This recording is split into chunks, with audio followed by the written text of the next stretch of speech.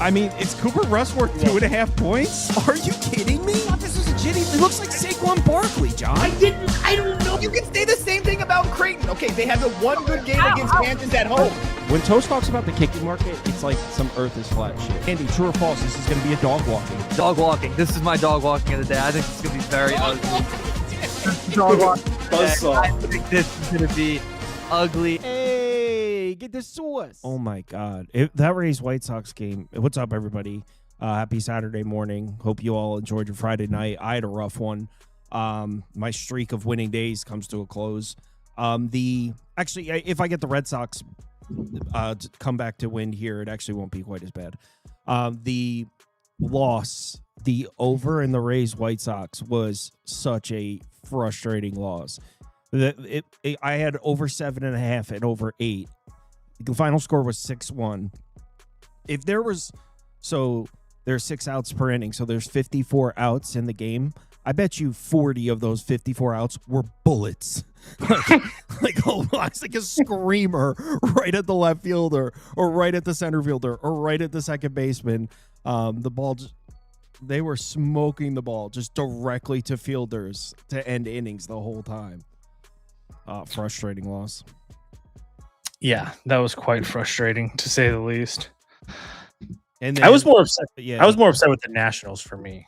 That was. I mean, it's an underdog. You know that you're going to lose a bunch of those.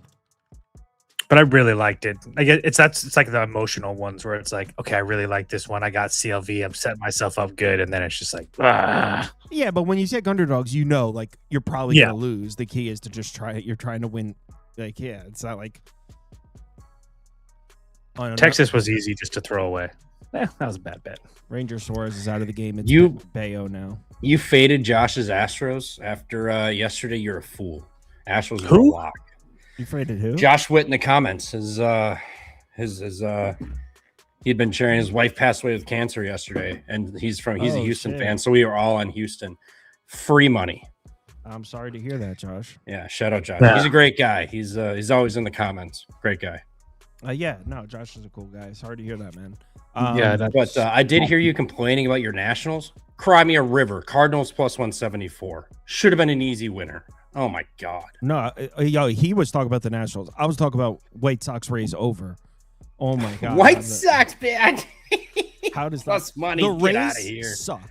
I don't know how that team. I've been trying to tell you. Nobody listens to me. Nobody. Joe Ryan sucks. Oh, you're an idiot. Get shelled. Paul Steen sucks. I don't think anybody on this show thinks the Rays are good, though. So I don't know who you're. Their offense is terrible. Oh my God, I don't know how they're so bad right now. The White Sox threw out there Eric Fetty. Then they threw this guy out there for 3. This guy like Tyler Schweinsteiger or something came out there. He pitched 3 full innings, shut the Rays down. 3 full innings. Never even heard of the guy. Dude, this is another measuring stick series coming. I mean, right here, Yankees, Rays, measuring stick series for the White Sox, and they are holding up their end of the bargain by far right now. By far, they barely beat the Yankees. They split the series, and they also came back. Gritty wins, didn't give up, split the series. Yeah, but there's a huge difference between gritty wins where it takes errors to get you into a place to win, and their measuring stick game, and they're clearing the measuring stick. There's a huge difference there. All right, so I guess we have no spoon today. Who in the AL is better than the White Sox? And give me a good case, not the White Sox suck. Like da-da-da-da-da. I need a serious case of who is better than the White Sox in the AL. The Yankees, Boston. They just split the series with them, and they should have won the whole thing. So we're going. Anyway, sorry. I think the Yankees are better than them without Judge, honestly. What? I'm not saying the Yankees are better without Judge. I'm saying that even without Judge, I would think the Yankees. It's a measuring stick series. You heard the guy. This is the Yankees offense. It has been since April or early May. We haven't seen Judge. They have shown no highs or lows, really, other than the occasional 12-run game that everybody has. This offense has been so ungodly bad without Judge. And I mean, what? I heard career-ending. Now all of a sudden he might come back in the playoffs if they make the playoffs. I mean, the team is not career-ending. That's what I heard initial reports, and then it changed to like just season or something. But like no, I did not hear crazy injury ended. where they were worried about his career. All right, let's go ahead and get started. Cardinals, Blue Jays. This was actually I made my 3 biggest bets were this under, which hit, the over in the White Sox Rays, which was infuriating, and then Twins Mariners first 5 under. 4.5. There were 5 runs immediately. Then they didn't score again for 6 innings. Or the Mariners just gave up. Mariners gave up a home run. It's a tie game now. Yeah, 3-3. So all right, TV Jones, Quinn Matthews against Kevin Gausman. Thoughts? Yeah, I mean, initially, who the hell is Quinn Matthews? Obviously, is this a hockey player? No, it is. It is. I mean, it sounds like a hockey player name. No, this is the number 6 prospect in the Cardinals system. So it's fitting that he makes his debut in Canada with a hockey name. But Quinn Matthews has been solid on the season here. A 114 WHIP, a 3.13 ERA. He's 5-3. He's been great. 111 Ks in 92 innings. He's been solid. I mean, he doesn't really have any blow-up games. I guess you would have to go back to May 9th against the old Toledo Mud Hens, but everybody gets shat on by the Toledo Mud Hens. He's been fantastic. I mean, all of these innings. I mean, he's going 7-6, 7-6, 5 1/3, 4-5, 6-6. He can go deep into games. And what is one thing we know about Toronto is they struggle versus lefties and they cannot win. The 3 they've seen since the All-Star break, K, Sandoval, Suarez, all L's. 1-6, 4-6, and 4-12. They got 2 total runs off of all 3 starters through 12 2/3. Anthony K, that was it. So then you're going to have bad bullpens. I don't really think this St. Louis bullpen is going to look too terrible. I mean, since the All-Star break of 13 games, I should say, in 2 weeks, 4.88 ERA, but the last 7 days, 6 games, a 3.62 ERA. Like, they've been all right. They've been proving a little bit here.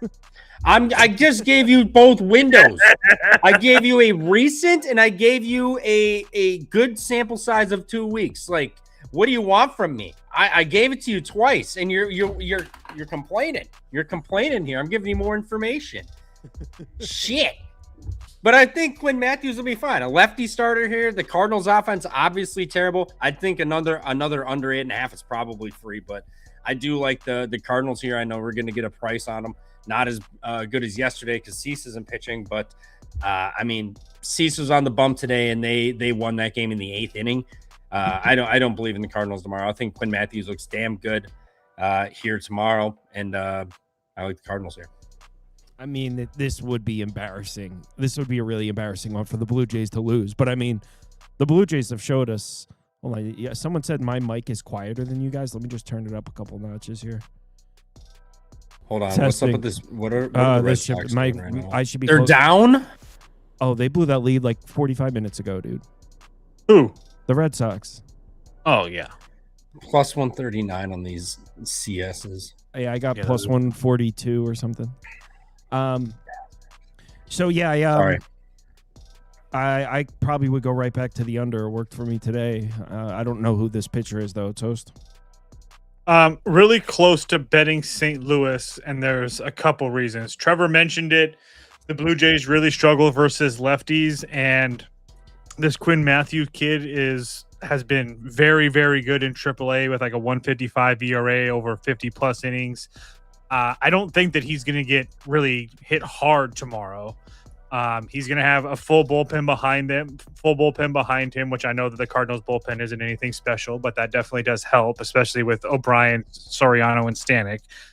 But on top of that, I'm going to bet the Cardinal. I'm going to trade him at 127, I think. But on top of that, the Gausman thing is kind of twofold for me. One, he pitches and he continues to go out there and is the mediocre guy that he is. Or he gets pulled like we saw with Casey Mize and two other guys we saw today, because his name is swirling in trade talks as well. So I do think it's like a 50-50 chance that Kevin Gausman even pitches tomorrow. And if that's the case, then you're going to be looking at probably guys like Chad Dallas and Mason Fluharty taking the bulk of this game, or at least the bulk of the first part of this game, depending on how it goes. So obviously this Cardinals offense is terrible. I'm not trying to make a case that they're good. They haven't done anything for a while, but I just feel like this price is kind of a little bit excessive here with this Blue Jays team that hasn't been good, to say the least. So I agree with TV Jones on the under. I completely disagree with you guys on the side. The Cardinals bats, they've been the worst lineup in the league. And the Blue Jays have been better? Slightly better in the last 30 days. Bullshit. The Blue Jays are 29th. The Cardinals are 30th. So, yes, they have been better. I'm the Blue Jays whisperer. Don't tell me about the Blue Jays. They've been bad. Didn't you have Cardinals tonight? They should have won tonight. And they had Cease on the mound. And now they're going up against a better pitcher. I mean, I picked up Jim Leahy's what about the Cardinals pitcher in fantasy, and he's shoved. Kyle Leahy shoved tonight. Quinn Matthews is going to look like a Cy Young. TV Jones. Obviously, you didn't look at the bullpens because the Cardinals' top 3 arms are severely compromised. They lost the game in the 8th inning. That's on you, TV Jones. Why does it matter? The Blue Jays bats are bad enough. Does that matter? A little bullpen disadvantage is fine. This game is still a coin flip at best. I'm trying to pull up my my numbers on this game right here. All right, I make it St. Louis -101. How about that? How about that? How about that? Twins, Mariners, Connor Prelip against Logan Gilbert. Toast. I kind of like the Twins in this game. I need to see some bullpen situations. Obviously, the Twins just took the lead now, but I'm not. I don't think that the difference between Connor Prelip and Logan Gilbert is that massive. I also think that you're getting a pretty decent price with the Twins at over +140. Connor Prelip has definitely had his up and downs, but it's 70+ innings with a 130 whip and he's striking out over 24% of batters. He doesn't really walk anybody. He gets a whole bunch of ground balls. I think that he can pitch well to this Mariners lineup that we all know has been struggling, to say the least. And again, that's not me thinking that Logan Gilbert is anything or trying to take anything away from Logan Gilbert. He's been very good, over 125 innings, a .99 whip. He strikes out everybody. Logan Gilbert's been fine. Again, my point to that all is that I just don't think the gap between Prelip and Gilbert is that huge. I also think that the Twins probably have a little bit of advantage offensively. I know the names aren't really there, but as far as how they've been producing over the last couple of weeks, I definitely give a small nod to Minnesota. And obviously these bullpens, they're going to be in a situation after tonight, but the way that I'm looking at Minnesota playing right now against this Mariners bullpen, I'm not really worried about it. And I'm getting a huge price here. I'm very close to playing Minnesota. Did the Red Sox just hit a 2-run home run? 5-4 Red Sox. Stop! You ruined it for Let's me. Go. Stop. 5-4. So, I thought you'd be happy. Sadon's up. Guy on first. Nobody out. The wind up. And Sadon connects. Yes, it's 2-run sends home it run. to left into all the LAans. I bet the Red Sox plus 280 too. So my whole day could be saved by the Red Sox winning this. Dude. I texted you. You didn't even write me back. I said in the group chat I wanted to live bet the Red Sox. And I said plus 284 and then crickets. Oh, well, I was doing something. It's all good. You need another man to confirm your bets for you? That's kind of sad. TV Jones, where are you at on That's this? That's how we're going to play at this show? Okay. You need another man to confirm your bets? TV Jones, where are you at on Prelip Gilbert? Prelip Gilbert, I make this Mariners -122, and it all checks out. I mean, we're all watching the same game. This is the same offense that Noah Cameron went on the road and said, he shut them down for 8 innings. I mean, he dominated. Career performance. Honestly, that might be the best career game we ever see out of Noah Cameron, and I'm not even, joking. That was masterclass. He's did it 2 back-to-back games now. I know. I tried to tell you guys, and everyone laughed at me. I mean, granted, you got the last laugh. You tried to tell me. You got the last laugh because the Royals lost, but I was right on Noah Cameron. Under, so I was right across the board. Well, I know, as I literally lost, and I was like, Kyle's got the under 4.5. I couldn't even have time to mourn my own bet. I just was like, damn it, he still won. Damn right. But yeah, I mean, regardless, I mean, he looked great. They're coming out here looking good. Logan Gilbert, we know, at home is not as good on the road. 4.14 ERA at home versus 2.50 on the road. He does have a .98 whip, so I mean he's got a lot of contact. He strikes you out, but a lot of contact. They have lost won all but 2 games since when is this, May 22nd of his. So they do have the track record there. It's still too expensive. I mean, they keep pricing the Mariners around this price, and Do they win these games? Sure, but it's a lot of heroics late and just bad bullpens that they take advantage of. They've got usage tonight. I mean, if they somehow come back and tie this and make it interesting, then they still got to throw more arms out. Mariners have been pretty decent versus lefties, but I just still don't trust this team to lay that number. It would be only Twins, but I'm not betting that game at all. Like AL Central teams on the road is a disgusting thing to do. I tried it with the Royals and it bit me in the ass. Shout out Lucas Ursig and Matt Straub. I would, if I was to bet the Twins, I would want to take a closer look at the bullpen situation for Minnesota. They're up 1, so it's very. They might be using their main arms to close this out right now. So. I just want to put on record, TV Jones complaining about his last 2 bets, both of them worst bullpens in the league. Wow. Hey, whoa. Hey, You're going to tell me I enter the 9th inning. I need 3 outs after Noah Cameron just shoves. I'm up 3-0. And I don't have the right to complain a little bit? Are you kidding me? He has the Not right. when you know Toast, that. he has the right. I don't think so. If you know that Ursig and Strom are coming in, I think you just sit there calmly and just hope to God nothing happens. Yeah, but it's 3 outs. I'm not asking them to close 3 1/3. All right, just I need 3 damn outs. So the Mariners are coming up in the bottom of the 7th. The Twins are up 4-3. Gomez and Andrew Morris both pitched yesterday. So the 2 main bullpen arms for the Twins are probably about to go on back-to-back days. Yep. All right, next up. If they go, I won't Hicks. be betting the Twins, just for you guys to know. TV Jones, best team in the AL. You sticking with them? It's a ruler measuring stick. What is it? What? Measuring stick series. It's a ruler? It's something. Yeah, it's the measuring stick series. Now, do I think they win? Wait, hold on. Yeah, Jordan Hicks is opening for Noah Schultz. Yes. Okay.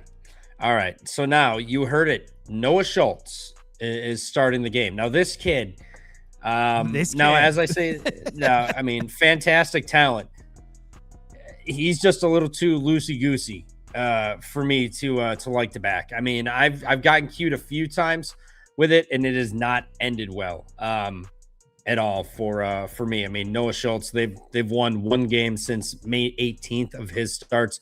Their problem is he gives up 3, 5, 4, 3, 6, 3, 3. I mean, it's a bit of a struggle, but you do have games where he looks fantastic. He strikes out 7, 6, 8 guys.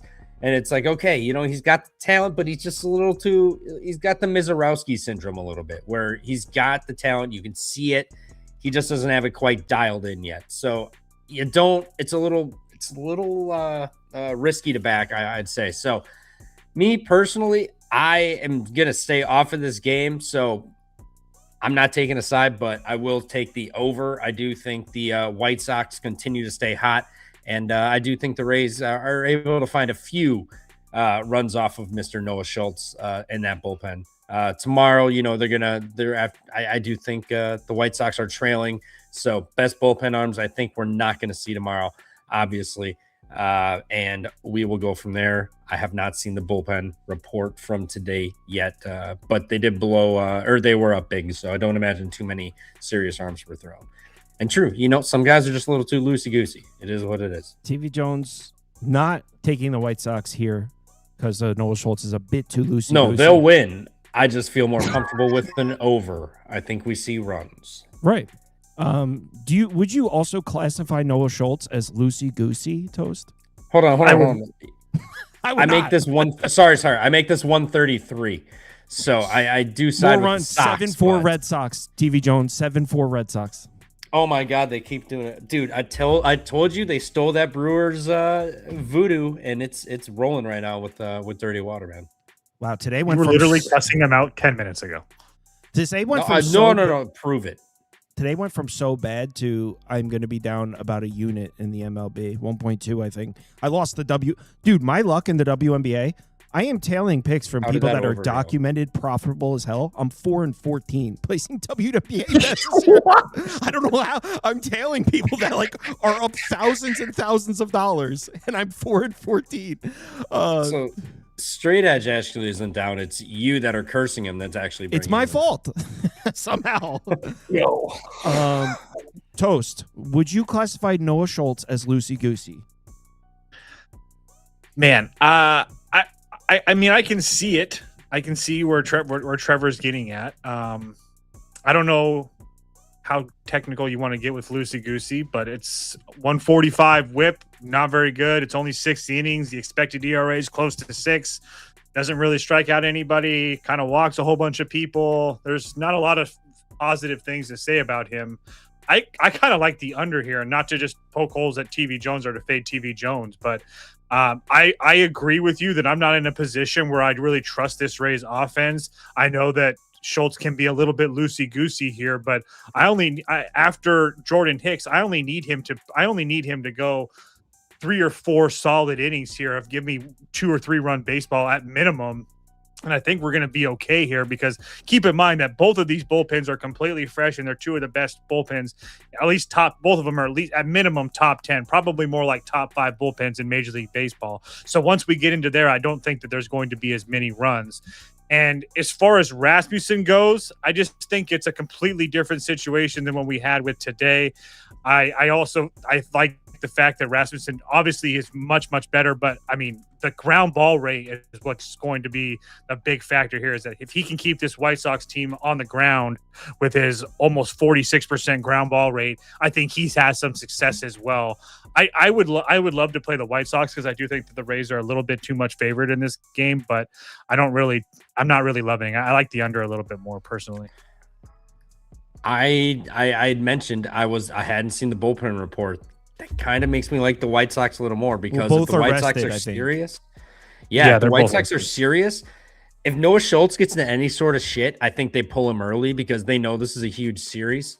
If they're actually serious about playing postseason baseball, I think this would be a sellout game for the White Sox. And you got, Anthony K pitches on Sunday, so I think they know that they have plenty of innings they can get out of Mr. Anthony K on Sunday. Why is it a sellout game? I don't understand. Because they have Anthony K the next day. I think if they can take out Drew Rasmussen, one of their better pitchers, I think, and Schultz could be fine. This Rays bullpen or offense has been terrible.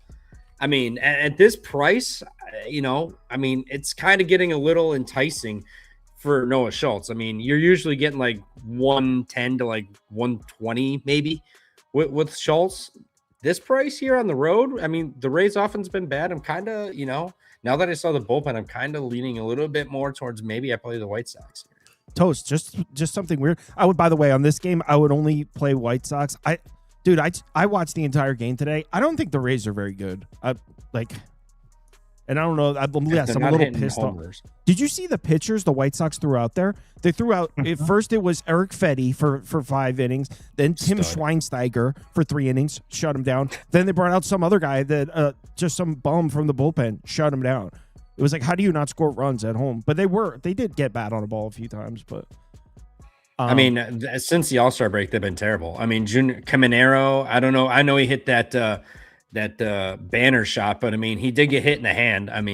He was a huge part of the offense. So, I feel like if they don't trade for some starting pitching, they're going to be really in a bad situation because McClanahan just got hurt. He's on a 10-day. We'll see what happens with him, but with his history, you never really know. And then it's just Rasmussen, Jax, and then that's really it.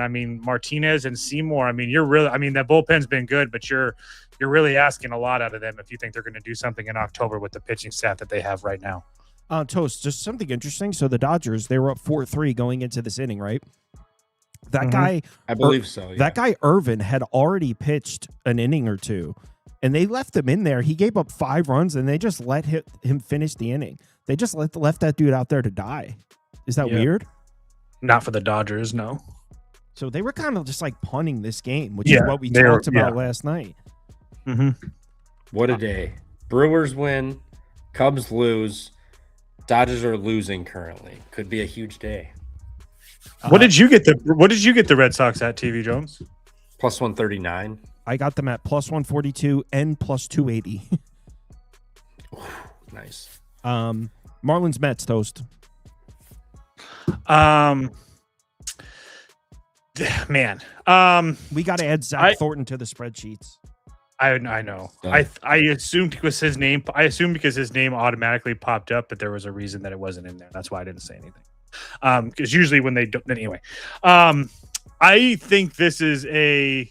I think this is a game where you can play the Mets. I know that the price isn't really great, but for one, I do think that the starting pitching is kind of a wash. Zach Thornton's been pretty damn good for this Mets team. I think that if you're a Mets fan like Kyle or watch this team, you're probably pretty, I don't want to say excited, but you've been more than happy with what you've seen from Zach Thornton so far this year.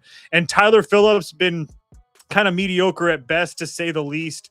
And it's not like, I mean, there's not like the Mets have a crap ton of lefties. They do have lefties in the lineup, but more than anything, I think the starting pitching is a wash. I actually kind of like the Mets offense a little bit more than Miami's. I know that our spreadsheets aren't going to indicate that, but even without Soto, I've watched a lot of Miami games lately. I've just been, in my personal opinion, been more impressed with what I've seen from the Mets over the last couple weeks. It doesn't really play out as much on the spreadsheets, but again, that's my personal opinion. And then as far as the bullpen situations, I really think it's hard to trust this Miami bullpen. There's this, I think that we as everybody have this idea that they're a really good unit because they were for so very long. But with injuries and stuff, not with Bender and Nardi and everybody going back and forth, that this bullpen's in a really bad situation, and it has been for a month. Fairbanks is on 3 of the last 4. Foucher's on 29. That's your top 2 arms in that bullpen. I made the Mets minus 130. I don't know if I actually bet them. I think that I think they win tomorrow. If I was playing the Mets here, I'd need plus 100. I think this game's probably pretty I'm not appropriate. betting. I'd say the Mets a short favorite is probably what it should be. I'd probably, if you force, I'm surprised to see 9s. I would imagine it should be 8.5. So I'll say under, because I think that's a half run too high. Where are you at, TV Jones? I make it Mets minus 126, but I'm with you. I know only Curry came out of that bullpen, but still, it's been a little rough. Wait, why is this 9? Now that I'm looking at it, why is this 9? I was just going to ask you, why are we seeing 9s in Citi Field? Like, I don't understand. Jones, 9's too high, right? Yeah, I also feel like it's a little disrespect to Zach Thornton. I feel like they don't respect this man. Sure. I mean, stud. I'll give it to you, Kyle. I'll say something nice about the Mets. Zach Thornton is solid. I can't wait to acquire him via a trade package next year from you, because he's going to be a great Cy Young contender in a Brewers uniform. I mean, this guy is fantastic. Coming out here, I mean, 3 earned in the last one, but don't worry, 6 in the third, quality start. 0-0, 1-4 in a debut against the best offense in baseball on the road. I wasn't too concerned. He's been fine since 6 innings, 7-6, 6 in a third. He's been awesome. If the Mets have any sort of a chance tomorrow, they need him to go deep, but I can't, in good faith, lay juice with the Mets right now, personally. So I picked the Mets. I will not bet them. But if we do get some buyback on the Marlins, maybe I could play. I do make it minus 126. So give me a 117, 115. I'll hashtag LGM. I'm sorry, LGF, and play the Mets then. I would go under here. And someone goes, Kyle always takes I just took the Marlins last night. I picked the Marlins last night on this show. You know what could be a sexy bet is Thornton over outs. Here. I mean, he goes deep into games. We know the Marlins have been really struggling. Actually, I don't like taking it, but I don't understand it. I don't know why. 17.5 is minus 147. If I can, give me the over 17.5, whatever. If that's little juice or plus 100, I'll take Zach Thornton over 17.5 outs. Also, but if I can get the Mets at about 115, I'll play that. Kyle, it's 84 with the wind blowing out, but Ballpark Pal has them at 25th as wind blowing out, and that, I mean, so like the wind, does it really matter? I don't hate that under either. Eater. All right, screw it. I don't like how I don't understand why this is 9. I'm not saying it's way off. I think it should be an 8.5. If I would have if I didn't look at the board and I just looked at this game, looked at the bullpen situation, I would expect to take a look at the odds screen and see 8.5 juice to the under, like an 8.5 minus 120 on Rex. That's where I thought this would be, an 8.5 flat 8. So I'm just confused why I'm able to get a reasonably priced 9. Just making sure I'm not missing something. I can get a 9 minus 113. What's on the screen? I can get exactly that right now. I make it 8.9. Minus 111, actually. I'm taking this. Seattle bullpen gives up another ding dong. Pieces of shit. Pieces of shit. It's so Dude, bad. Actually, I didn't. I did not see what Bryce Miller did, but I really liked Bryce Miller to shove in this game. What did he do? 5 1/3, 2 earned, 3 hit. Yikes!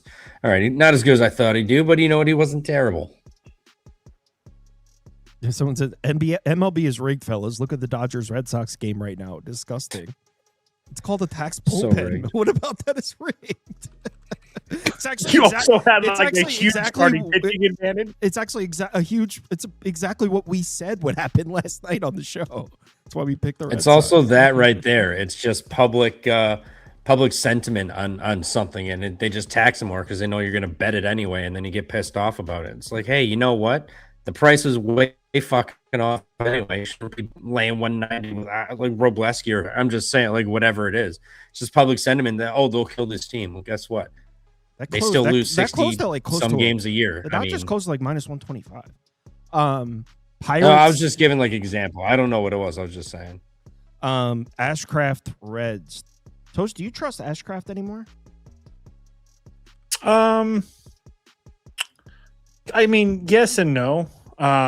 He's not a guy that I'm looking to like absolutely fade, but I mean, if you look at over the last month or so, it's kind of really hard to say anything really positive about him. I know that he is a very high prospect, but I think it's 4 of his last 5 starts. He's been kind of absolutely blown up. There's his control has been a really big thing. He's kind of figured that out, but now he's just kind of getting hit hard, and it's really hard to trust him because look, all of his disciplinary stuff that John likes to talk about and stuff all looks really good. It's a 119 whip. It's a 347 expected, a 336 Sierra. He strikes out almost 27% of batters. He walks under 6% of batters. He gets a decent amount of ground balls. He gets a whole bunch of swinging strikes. Everything is there, but he does kind of give up some hard contact, and that's not really great. He gives up a ton of barrels. It's a 6.5% barrel rate, which is obviously not good. I don't really like him in Cincinnati tomorrow, where the Cincinnati offense has been kind of up and down to say the least. But they have started to pick it up lately. On top of the fact that, I mean, Andrew Abbott, it's really hard to say anything positive about him. It's the same situation when you look on the spreadsheets, but he's one of those guys that I feel like, and we've talked about this for years going back, is that Andrew Abbott's one of those guys that doesn't really show up on the spreadsheets, and he goes out there and usually gives you 5 or 6 innings of pretty decent 2 or 3 run baseball and keeps you in games. And I think that's a huge thing, especially considering tomorrow when you have, I mean, the Pirates bats have been essentially dead since the All-Star break. Now Ryan O'Hearn is going to probably miss tomorrow after whatever that was, a groin or a hamstring, whatever he was, running to first base today, which is one of their better bats out of the lineup. You take him out of that lineup, that's a huge bat for me. And then on top of the fact that I think that these bullpens are kind of a wash. Cincinnati's bullpen has been performing at a little bit higher level. They're not going to have Pagan because he's 3 of the last 4. You probably won't have Ferguson because he's 3 of the last 4, but he's only had 14 pitches the last 3, so it's possible there. My point being is that I just feel like Cincinnati is the play here. I just don't know if I feel like the price is necessarily right, but I really want to bet Cincinnati tomorrow. I was hoping I was going to get like a plus 110 or better, like when it opened. You might be able to find that. Probably not +10s now, but I was hoping to get plus 110 or better with the Reds. What do you think, TV Yeah, I mean, tonight was, one, shout out the Reds. I mean, Hunter Green plus money at home. You got to be an absolute fool to play the Pirates. I mean, it was Reds all the way, no doubt. I don't know about that tomorrow. I mean, Andrew Abbott, sure, he's been fine, but the Pirates are not god-awful versus lefties. Sure, they do look pretty ugly as of late, 0-0, whatever Abbott, excuse me, 0-2 Boyd got to. Sure, they've looked ugly, but on the season overall, we know they're all right. I'm saying that, but the Reds, I don't think should be this price at home. I have this at sorry, where's this? Scroll down. I have this at Pirates minus 123. So I mean, my numbers like the Pirates. Andrew Andrew Abbott here. I mean, what's really to be liked about this guy? 2 earned, 0 earned, 4, 3, 2, 3. Had a little stretch versus the Yankees, who we know haven't hit. Then Arizona, which sure good outing, but 3 prior to that. He just hasn't had it this year. He hasn't been great. They don't win his starts since June 8th. They've won 3 whole starts. Prior to that, sure, they were pretty good, but they were scoring a lot of runs. Now they're not. They did luck their way into it tonight, but we know the Reds offense isn't that great. Ashcraft, I know, is asked, but this is Great American small park, but nobody scores run here on the regular. So I think Ashcraft can look a little bit better here tomorrow. Will I bet this? No, but Abbott isn't striking anybody out. He's getting barreled up from the left side there. So, you're going to have Mangum, Reynolds, O'Hearn, Brandon Lowe. All should have a great day against him there. And going to be a lot of righties that Braxton's going to see, and that's the better half of the plate that he wants to see. So it would only be Pirates, but I'm not playing this because we live in America and I can choose what I want to bet.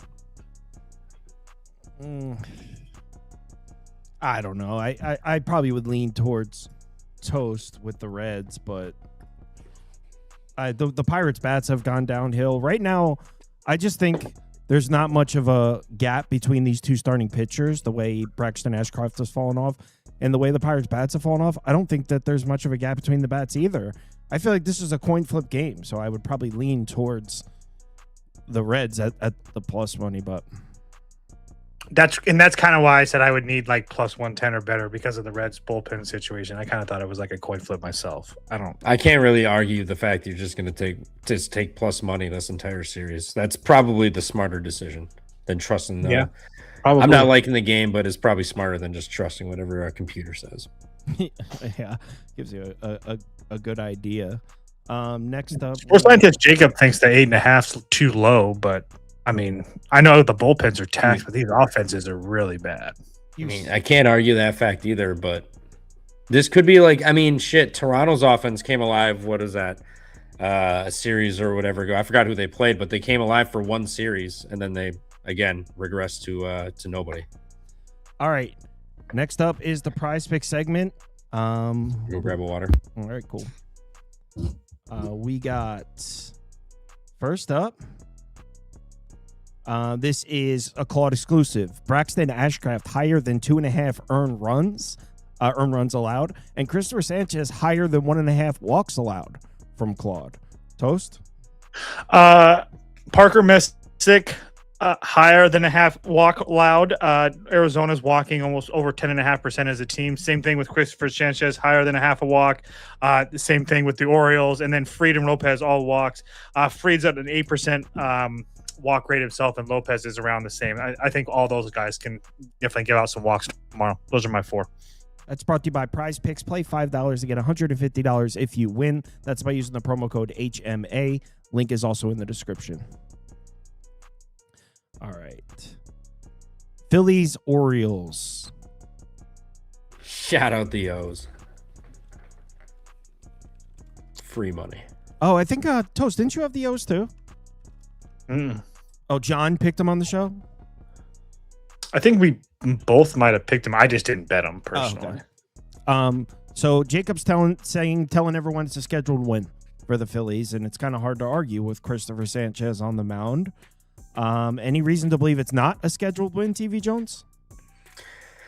No, shout out the scientist. We can't argue his logic and everything with Chris Sanchez. I mean, scheduled win day, sure, absolutely. They win lose 1 in a million. I mean, basically on the season. I mean, you can count on 4, 5, 3 wins in a row before they lose.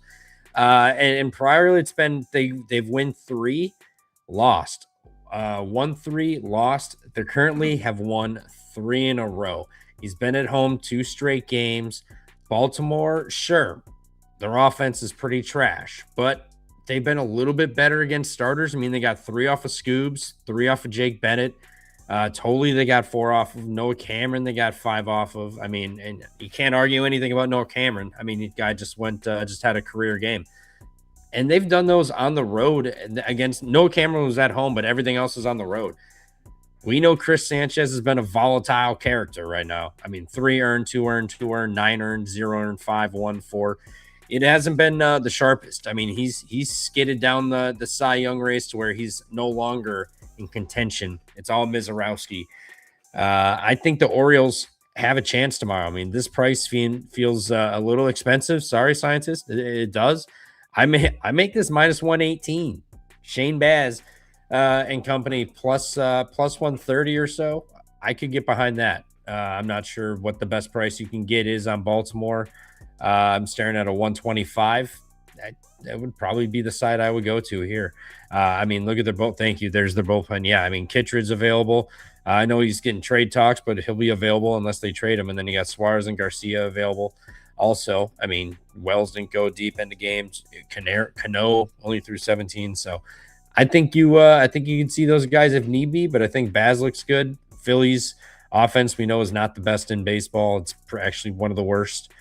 So I do think Shane Baz and company have a chance here tomorrow. I think Chris Sanchez is just driving this price up to get with a little bit of tax. I think we can get a better price here. So give me Baltimore. TV Jones fading Christopher Sanchez. Toast. He's not Thanos. Toast, do you agree with TV Jones when he says Christopher Sanchez is not Thanos? I don't really know who Thanos is, if I'm being 100% honest with everybody. I don't either. I don't just get the know he's a reference. powerful dude. You guys are fucking weird. But I'm sure that he's big and scary. He's an unstoppable force. Oh no, he's an Avenger.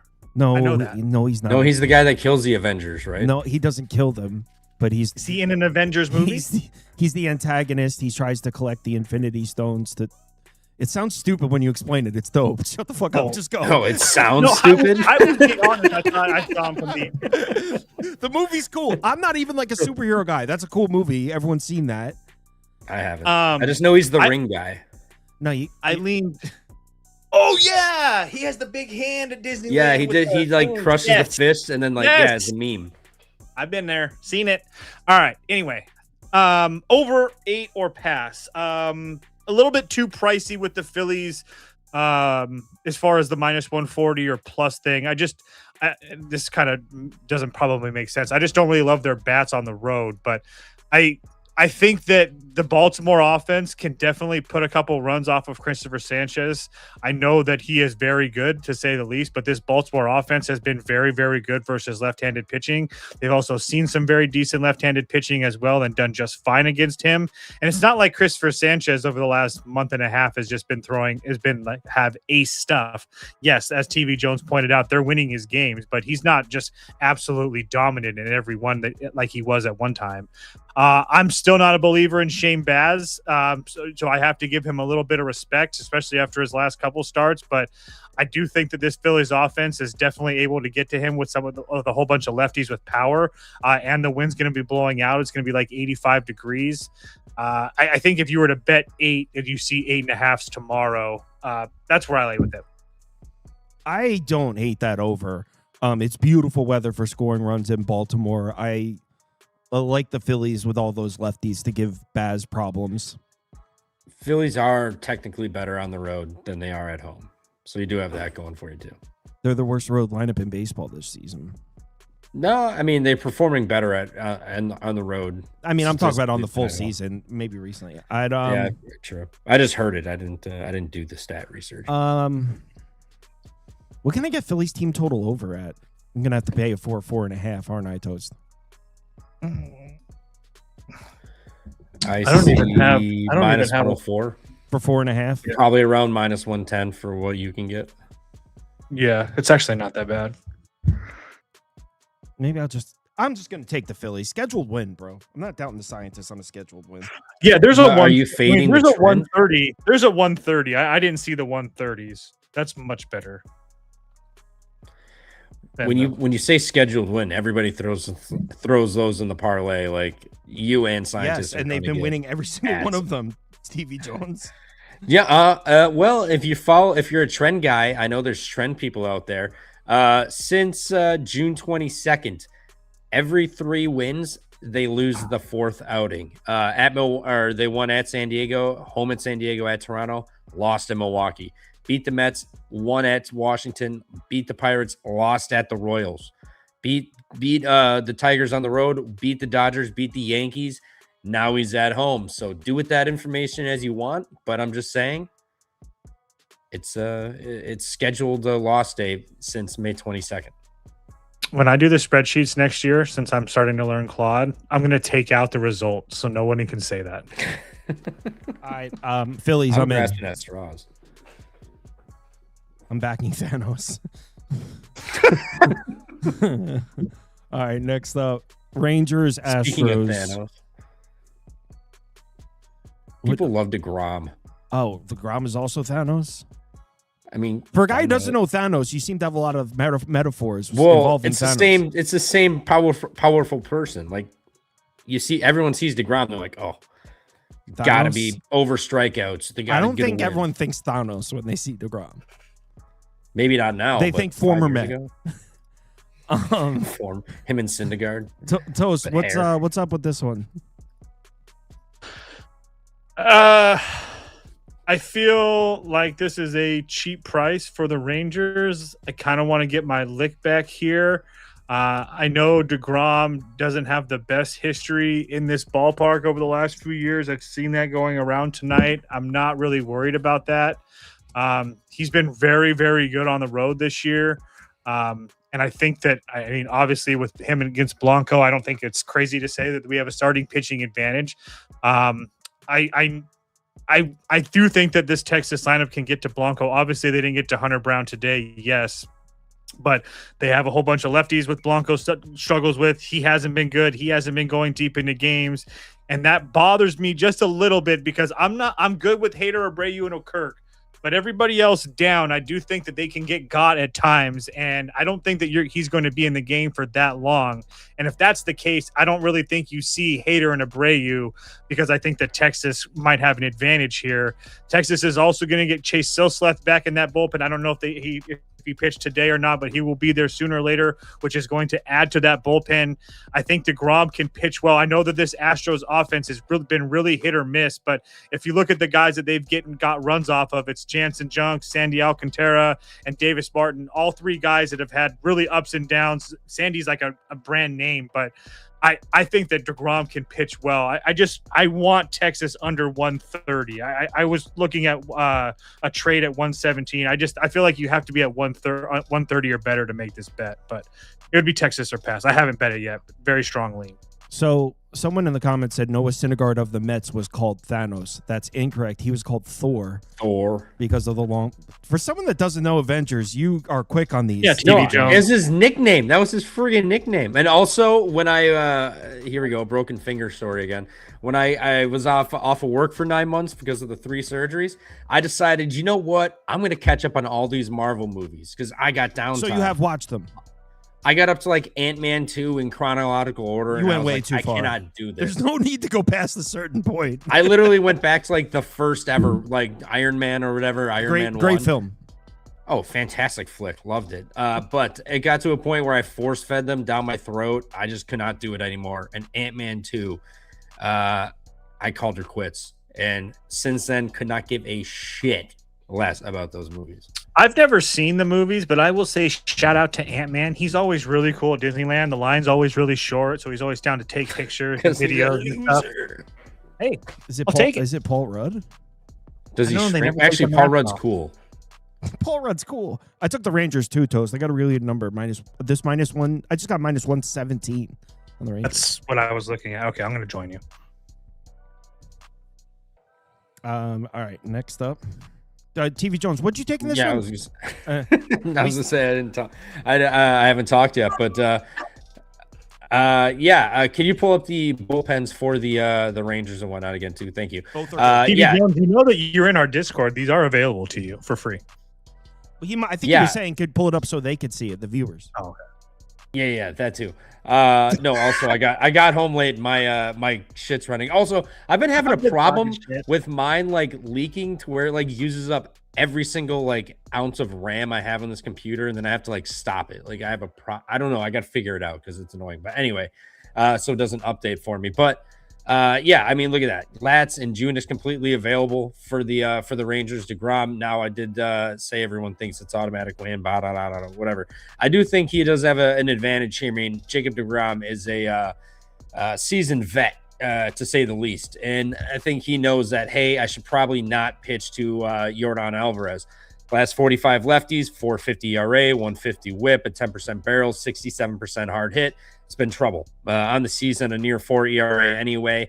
The fly ball rate is down under 29%, but still he gets hit hard, and it doesn't matter. Yordan will make you pay. So I think he's pretty smart enough to know just pitch against anybody but him. And then Ronel Blanco, I mean, dude's serving up BP, 2 home runs in each game so far.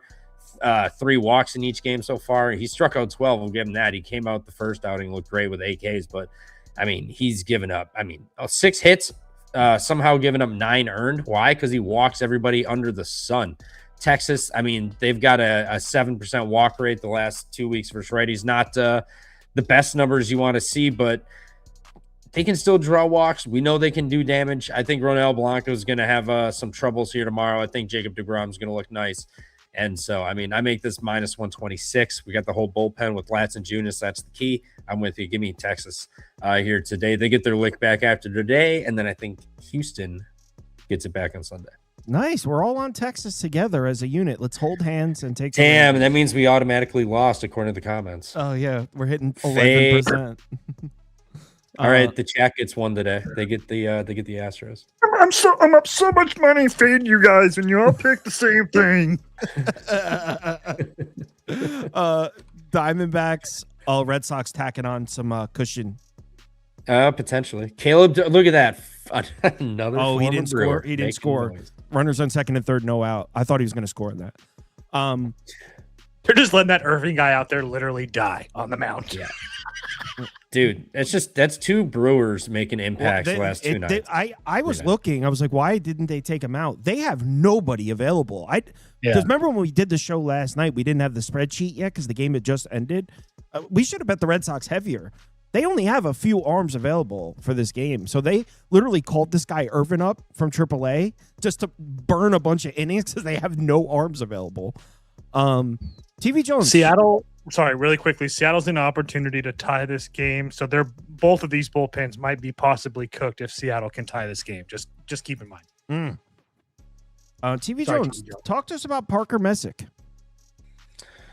Oh, Parker Messick, this fella. I mean, everybody thinks this guy is the best thing since sliced bread, which I can't argue against. I mean, he looks nicey. The problem is he doesn't have any offense to back him up. I mean, it's true. I mean, since June 18th, what's his 7 starts?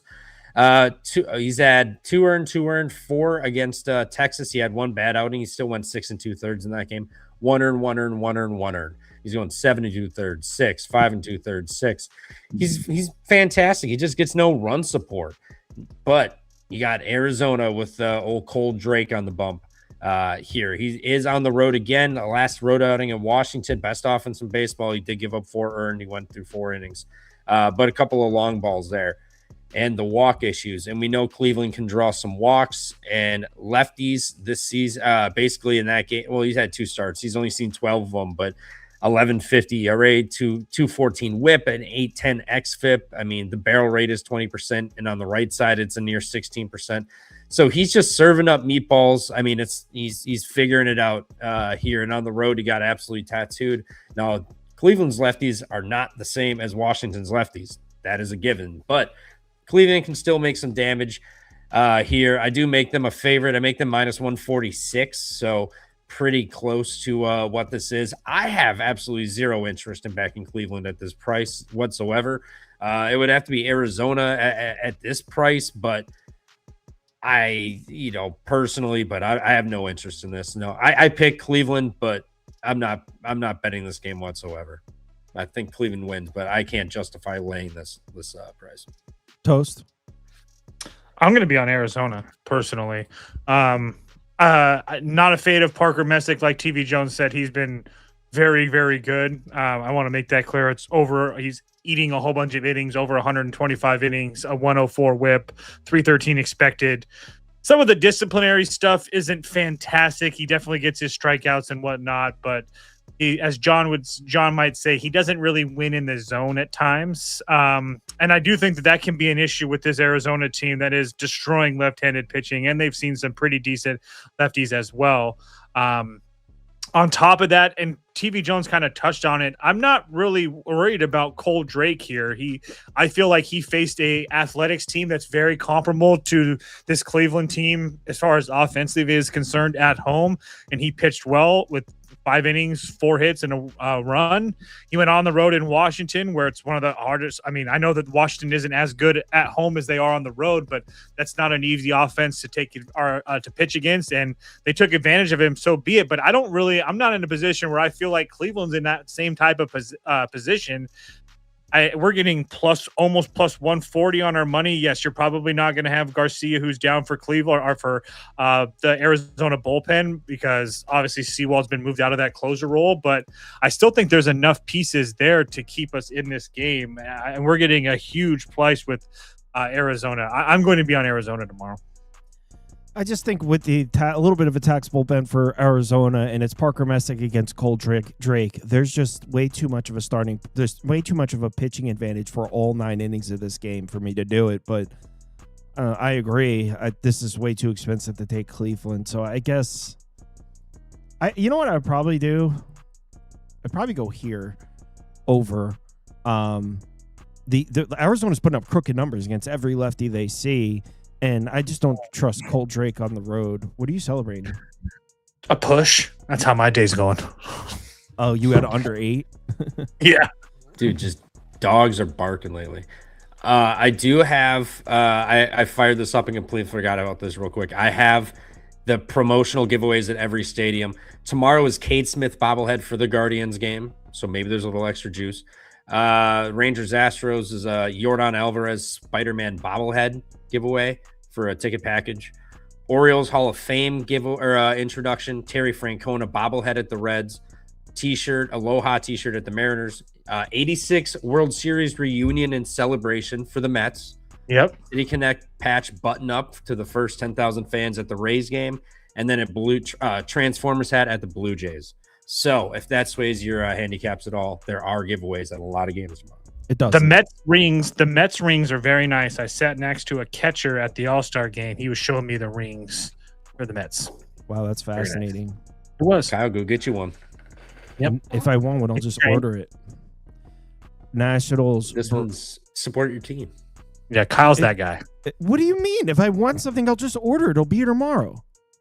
Why would I go wait in line and have to sit there and hold it all day in the stadium? Support David Stern's statistical baseball team. What about Miles Michaelis? TV Jones, you trying to support him? At plus 174? Yeah. I am. This is, again, Spider-Man meme game. I mean, what was the score today? I didn't see the final. Did the Nationals win? Too many to not enough. Again. 2-6? All right, that's fine. That just means the Nationals are ready to pop. Okay, I get it's Miles Michaelis. Yes. Get all your jokes off, whatever. Scheduled loss day. Since June 19th, so what is this? 7 games. They are 2-5, so you would be somewhat correct on that. But Ronaldo Lopez, since June 14th, they are 0-3, 2-3. Was a 6 to they're 3-6 in that span, so they're not winning games either. You have the best offense in baseball, the Nationals, who are killing righties. 3 earned, 1 earned, 4, 1-1-6, 0-1-2-2. In that, I mean, they crushed Shane Bieber, Grant Holmes. They gave him 3 home runs. They just had nobody on base. I don't think that's going to be an issue with Mr. Lopez here. I mean, he's got a walk. He'll give you 1 or 2 every single time. He's given up home runs. He's given up hits and plenty of earned runs again. And now you're going to do it against this Nationals team. I think both bullpens are equally as shit right now. I mean, Braves, you can make your jokes. Last 7 days, a near 6 ERA, 150 WHIP. Last 2 weeks, a 150 WHIP, 5.67 ERA. Nationals last 2 weeks, 130 whip, 136 whip, 450 ERA, and the last 7, 444 with a 132 whip. They're just a tad better. We all know both offenses are great, but Washington bullpen not great, but the Braves have also just been terrible. And at plus 174 here, you're going to give me the best offense in baseball against two dog shit pitchers. I'll take the plus 174. I may actually fire on this just out of principle because this price is ridiculous. I make this Braves minus 121. So that's what I think about that. I mean, this price is a little bit tempting. It's really tough to trust Michaelis on the road in Atlanta with Acuna. This is one where if we lose, so be it. But the price is just outrageous. What do you? I mean, it's Michaelis on the road in Atlanta. Still, it's Ronaldo Lopez in a Braves bullpen. I don't think the Braves bullpen is that bad. I think it's pretty. They've been terrible. I said that coming out of the All-Star break. It was they have the offense, but the bullpen is terrible. They had a 3-run lead in a couple of sales starts. They've blown those. They're not good. They're terrible right now. I don't care if they're available. They're all bad. For Iglesias. Toast, what do you think? I think it's kind of efficiently priced. I had Braves at minus 150. I'm not going to play the Nationals. I felt like the Nationals were kind of mispriced the last two games. And the Braves got to Foster Griffin today. And I mean, we're at a point with Ronaldo Lopez where it's kind of put up or shut up. And he had two bad starts back to back against San Diego and St. Louis, but had a few gems in there as well. And this Washington team is just, I mean, I know that they've been so much better on the road, but they really just really haven't looked good over the last couple of weeks. They're not even a 500 baseball team. And if you're going to have, I don't feel the same about the Atlanta bullpen. I think they're one of the best in the league. They're going through some injuries and whatnot, but I think some of those numbers are a little bit skewed. I still view them as a top 10 bullpen in my opinion. So it would only be the Braves for me. There's not a chance in hell I play this number.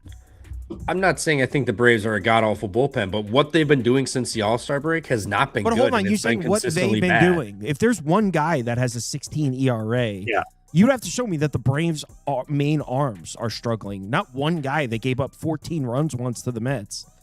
Last 7 days, Tyler Kinley at 566 xFIP, Fuentes 277, Meridos 365, Iglesias 366, but Danny Young 588. Hernandez 450. I mean, Dodd's got a 286. So sure, overall they've been fine, but they do have blow-up arms, and those guys are all available tomorrow. So sure, are they not going to use them because they have the lead? Maybe, but plus 174.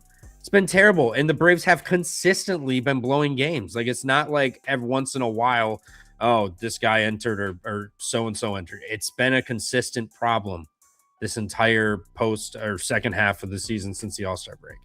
You can't even deny that. I'm good on this game. Probably over if I was to bet anything.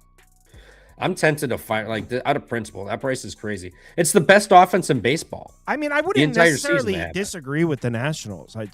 I just don't think the number is way off. That's all. It'd be one where if I lost, I'd be like, all right, fine, they got killed. But you know what? If you're gonna give me plus 174 for the Nationals every game, I'll take it every time. Yes or no? TV Jones, I don't care what the spreadsheets say or whatever. Do you honestly, in your heart of hearts, think the Nationals are the best offense in baseball? I mean, yes or no? I think so. I think the best, maybe not, but I think they're definitely top. You could make an argument 5, but definitely a top 10 offense. I mean, they play enough small ball, but they also have power through that lineup that guys can hit. That's the thing the Brewers don't have is power throughout to where you can maybe a home run is a possibility at any time. It's consistent small ball for the most part, except for a couple bats, 2 or 3 of them. So I think they play enough small ball. They get on base, they can hit, and then they can also hit for power. So I think the lineup's not a problem. I think if they honestly bought into pitching next season and then maybe made a trade or two at the deadline for another bat, like a veteran or something, I think that the Nationals could legitimately be World Series contenders next year if they just got pitching and could nail it down a little bit. Dead ass. If they make some moves in the offseason, I'll fire it on the Nationals World Series and NL's champion ticket. I will. Sean Martin is going nuts about Roberts and the Dodgers. They didn't have arms available. There was no one to pitch. They had to call that guy up because they literally didn't have arms available. I don't know what you don't understand about this. We talked about it yesterday. They didn't have arms available. Diaz was on back-to-back days after coming off the IL. Tanner Scott was on back-to-back days with over 40 pitches. Alec Vesia was 2 out of 3 over 30 pitches. And Phillips, well, it was they're not going to bring Phillips into the 6th. He needs to potentially close the game. Yeah, I was going to say, yeah. So that's all. They didn't have anybody. They didn't have any arms. I mean, when we went over on my show, the game, I mean, they were still in like the 4th or 5th inning. So like we didn't even know about anything that would happen with bullpens. And not that our show is the end-all be-all or anything, but if you're watching the show and typing now, you probably watched last night when we thought that there was came to that conclusion. That was like the whole point of the show. That was the whole point of that game. We were sitting there talking about the game. We didn't know who's pitching for the Dodgers. We were like, wait a second, who's even available to pitch? I'm taking the Red Sox now because I don't think the Dodgers are going to have anybody to pitch. Like, it was perfectly called. Yankees Cubs up next. Peterson against the Yankees line. Man, the Yankees are 30th in WRC plus the last 14 days. Wow. They won today. Fly, Craig. You trust them to get to Peterson, Toast? I kind of do, actually. I kind of want to bet the Yankees here.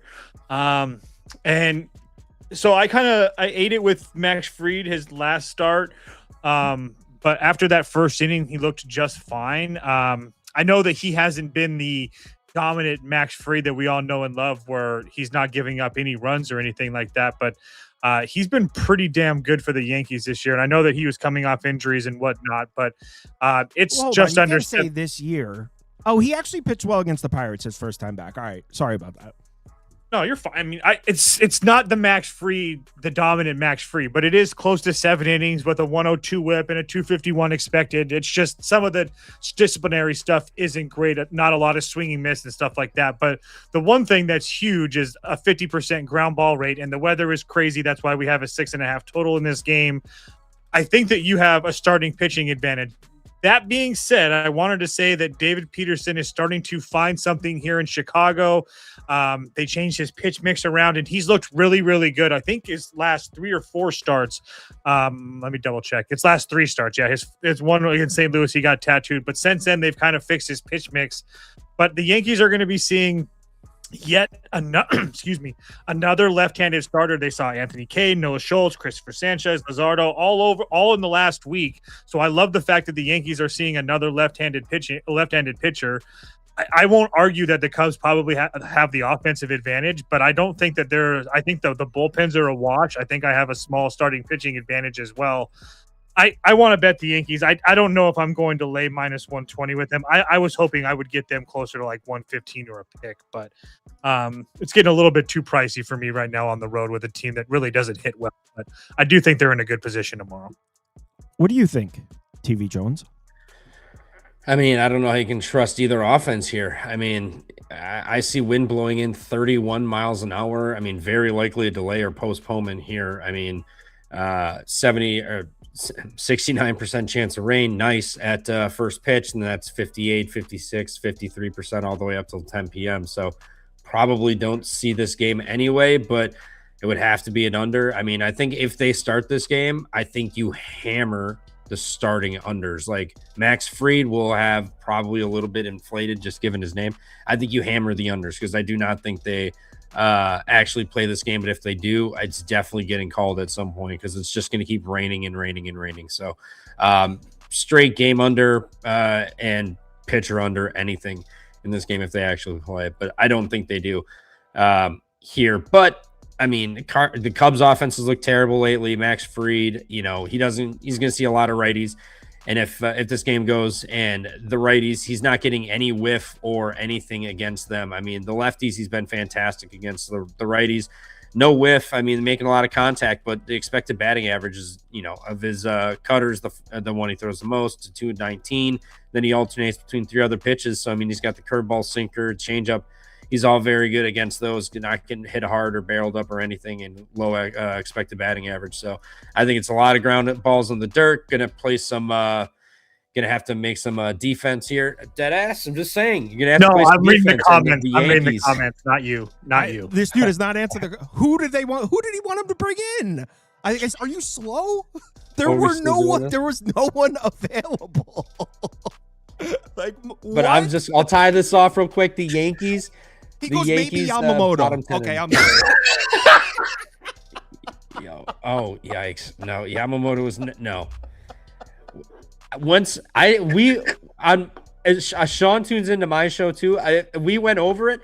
We didn't usually, if somebody's not confirmed somewhere, me or Jacob catches it. We didn't see it. We just assumed it was Yamamoto.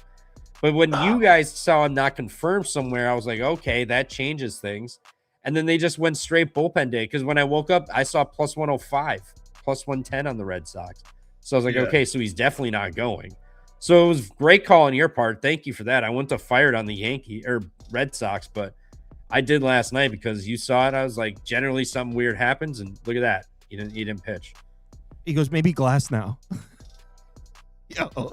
No, he's got to be trolling. No way. He's trolling. troll job. Well, I think he job. realized like they didn't have arms available a few minutes ago, and now he's having fun.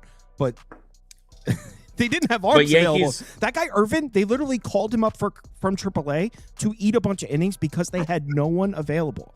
That was their problem. They had no one to pitch these innings. So you saying, how could they leave Irvin in? They had no one. That's why we bet the Red Sox.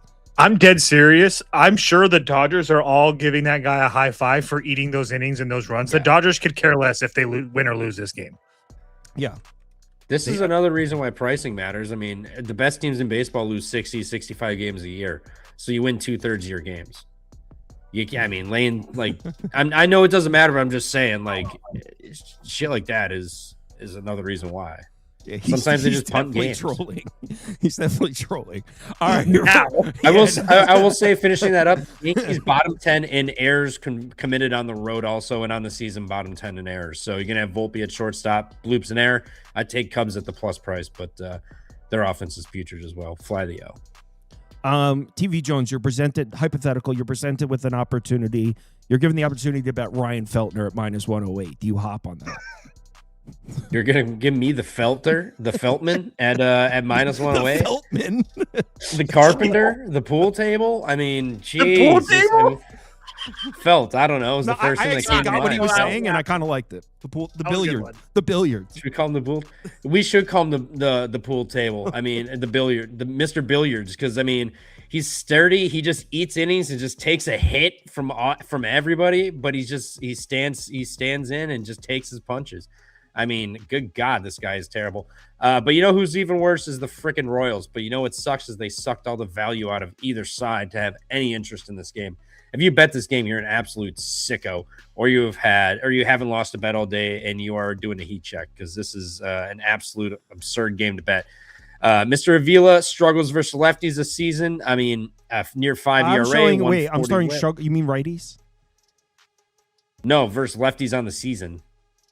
Avila? Sorry. He's seeing lefties in that line, the Rockies lineup. My numbers show he's been bad against righties, not left. Maybe I'm never mind. I mean, he's still got a 3.6 ERA, a 2.12 WHIP for his righties. I'm seeing on the season. All right. Regardless, I mean, not been great for us either at all. And if you want to get into your favorite stats there, Spoon, the last 45 and 75, he's been terrible. He's just not getting hit hard. So I not have any faith in either of these teams. I mean, good God, both of these offenses are horrendous, or bullpens are horrendous. It would have to be who's ever plus money, but I really have no interest. Like there, I wouldn't bet it with your money. Just no faith in either team. This is a game you wait for a team to go up 2 or 3, and you bet the other team. TV Jones has the opportunity to bet on billiards at minus 108. He passes. Toast. He's gonna take a hit tomorrow. He's gonna take a beating. I'm trying to play with billiards. I think under 12. I don't understand why this just 12. We talked about this game yesterday with John, and I felt like this total at 11.5 was a little bit high. There was 4 runs. I just don't see how we get to 12 here. I'm not trying to make a case that I think that Feltner's great or anything like that, but he has definitely shown the ability to pitch somewhat decent in this ballpark. He hasn't been an absolute fade this whole year. And I don't think that this Royals team is really one that's going to punish him if he does have a bad day at the office. And Avila has been going out there and giving you a 5 innings of 2 or 3 run baseball, essentially. It's not like this Rockies team is hitting the cover off the ball either. I feel like this number is too high. I think if you bet under 12, you see an 11.5 tomorrow morning, you wake up with a decent number. If I was to tell you on that, Feltner's got rocked his last few starts. So if I was to tell you on that, I would want to see to make sure Billiard's all right. Like his underpinning stuff looked good, his spin rate and everything. If you can show me that this is just 3 bad starts and Feltner's not noticeably worse, then I'd consider it. But this, look at the offenses. This makes it kind of makes it look like he fell off. I mean, he got smoked 3 starts in a row.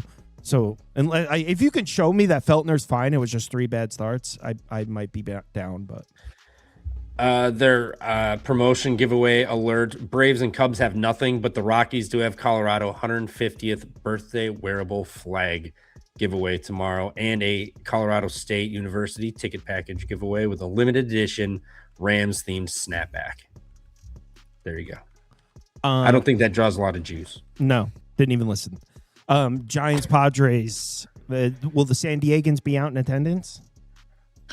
You already know the answer.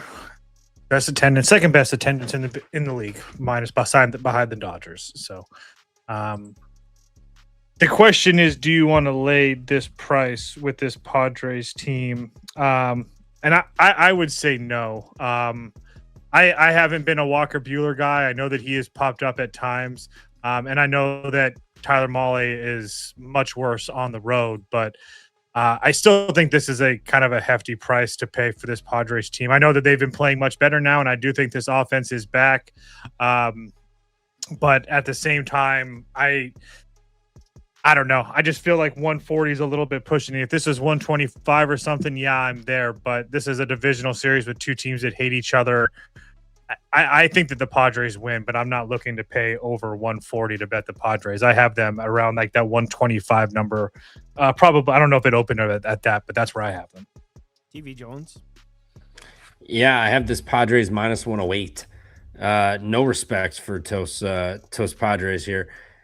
Which, Tyler Mahle, I don't get it. He's had 2 good outings in the last 5. Though he's given up 4, 3, and 3. At Kansas City, at Colorado, at Arizona. There is a key factor in all of those. They're all on the road. San Diego, we have seen their offense come to life a little bit here, scoring some runs lately. The last couple of games, it hasn't looked great, especially against the Rockies and everything. But Mahle on the road has not been good. The season, 8.05 ERA in 8 games, 176 WHIP. The strikeout rate is funny enough. The strikeout rate goes up 21.5, and the walk rate drops. But everything else, he just gives up so much contact. The Padres have won. How many is this? 1, 2, 3, 4, 5, 6, 7 straight versus righty starters that they've seen in a row. So they're looking good. It's going to be at home. They've looked great versus righties overall. Walker Buehler has had his moments. He had those 3 blow-up games, Toronto, Arizona, Cubs, 4, 7, and 9 given. But 4 total in the last 2 games. He's gone 11 innings, struck out 10. And then prior to that, was his great starts. It was like win day for him. So I think he had his little blip. Even in the game where he gave up 4, they still won that game. So they show up on his starts. They've looked great pretty much since May 5th when he started. They've lost 4 total games since May 5th on his start. So it would only be the Padres here, but it's same with Toast, just a little too steep for me. At the park, it's just a little pre-drink special with entertainment in the park. Nothing special given away in San Diego. Oh, it's special when it's $5 beers and stuff in San Diego. That's 43,000 people. Nova Kombucha. Saturdays with Nova Kombucha. That's so San Diego. It's not even funny. Yeah, I don't even know. I also don't like the fact that this is the 3rd time the Giants are going to be seeing Walker Buehler. It's just enough there for me. It's really tough to try to slap a probability on this one because Tyler Mahle and Walker Buehler, I don't trust either of them, but both of them have actually looked pretty solid in terms of the last 2 or 3 weeks. Tyler Mahle, 3 quality starts in a row, including 6 shutout against the Brewers. The 1-7 inning game was against the Rockies, but 3 quality starts in a row for Tyler Mahle. And the Padres have been hitting, but this is Petco. It's not a ballpark where you see a ton of runs. So I don't know if I necessarily trust the Padres bats to smack him around. And then same goes on the other side. I mean, Walker Buehler, I haven't trusted him all year, but you know what? Look at his last 2 starts. On the road in Miami, pitched well. On the road in Atlanta, pitched well. So 2 pitchers I don't trust, but both have looked pretty good recently, which means I can't center on a total. I can't center. I don't know. I guess Padres as short favorites is probably the correct number. I'm good on this. Since May 5th, they're 10-4 in the starts, and then the wins, they're 8-2 covering the run line. So they do show up in the starts. Boston Dodgers. Now this is a gift. Tell us about the gift, DV Jones. Dodgers -145. I mean, I know Yamamoto a little rough at home. I liked them tonight at this. It was about this price too. But again, we shout out you for that catching that he wasn't going to go, and we caught this at a gift price. I mean, I went to plate it at whatever it was this morning. I mean, we got the same price here. But Peyton Tolley, I mean, elite mustache. I mean, he's invited to the club hangouts. That's for sure. I mean, that mustache is elite. But I haven't been too. Joe, don't get me started on Joe Ryan. He just sucks. You know, I've tried telling you guys all year, and you guys clown me, and he just gets shelled consistently. I mean, also just remember, cheat code, if he ever sees the Guardians, fade, just take the Guardians or whatever the price is. But, I mean, Tolley coming in here, yeah, 2 earned, 1 earned in 2 of the last 3, and those were on the road at Sacktown, at the Mets. But other than that, 4 earned, 0, 6, 0, 3, 3, 4, 2, 3, 2, 0. I mean, he gives up runs here. And what the Dodgers are doing, I mean, their offense is showing up. Sure, it's been a little struggle bus versus the lefties, but Yamamoto's on the bump. Sure, he's worse at home. I mean, his ERA is 3.27 at home. He's been fine. I like them with Ranger. I do think Mr. Tolley can give up some runs here against this Dodgers offense. Now, granted, they do have looked a little rough against lefties, but they've seen Sanchez, Yarbrough, Eduardo Rodriguez. You know, I guess they really haven't seen too many lefties since the break. Yarbrough, Sanchez, Minaya. So only 3, unless I'm missing starts, but not high sample size. I just think the Dodgers at home at this price is a gift. I mean, this is the same price today. They burned everybody, and now they're gonna give everybody the same price today. I think people go back to it. And I think tomorrow the Dodgers run out of magic voodoo dirty water. I think Dodgers get it done. So Dodgers, but I'm not going to play this game personally. I think the Dodgers might get lower. I think a lot of people might take some Boston. Bayo actually looked pretty good. I watched pretty much this entire game, and Bayo came out there, pitched a chunk of the game. He got in some trouble, pitched his way out of it. Toast, I know that's your boy. He's a bullpen guy. Look at his bullpen versus starter numbers. We don't have a spreadsheet for this game yet because the game just ended. Toast, do you trust Peyton Tolley to go into Dodger Stadium? Yeah, I do. I think that Peyton Tolley has pitched really well this year. It's just over 95 innings with a 111 whip and a 292 expected ERA. He strikes out a whole bunch of people. He doesn't walk anybody. He wins in the zone, as John would say. The ground balls might be a little bit of an issue, but I mean, first and foremost, there's Yamamoto's the best pitcher in the world, but I won't ever budge off of that, at least for right now. But I don't think that there's like this ginormous advantage here, not 50 cents or something of that nature. I mean, I thought I was going to get Boston around like the plus 120 number, and to get them around that plus 144, I see 145s available. I think that's a little bit pricey. I mean, it's not like Peyton Tolley has been absolutely terrible over his last 7 starts. I mean, 4 of them have been on the road. 4 of them have been on the road. Athletics, Mets, White Sox, and Seattle. He's been pretty decent against all of them. He had 2 bad starts in those 7 against Baltimore and Washington. Both those teams absolutely smoke left-handed pitching. The Dodgers are the Dodgers, but I do think that those other teams are a little bit better versus left-handed pitching than the Dodgers are. The Dodgers are better versus right-handed pitching than they are left-handed pitching this year. So I do like that.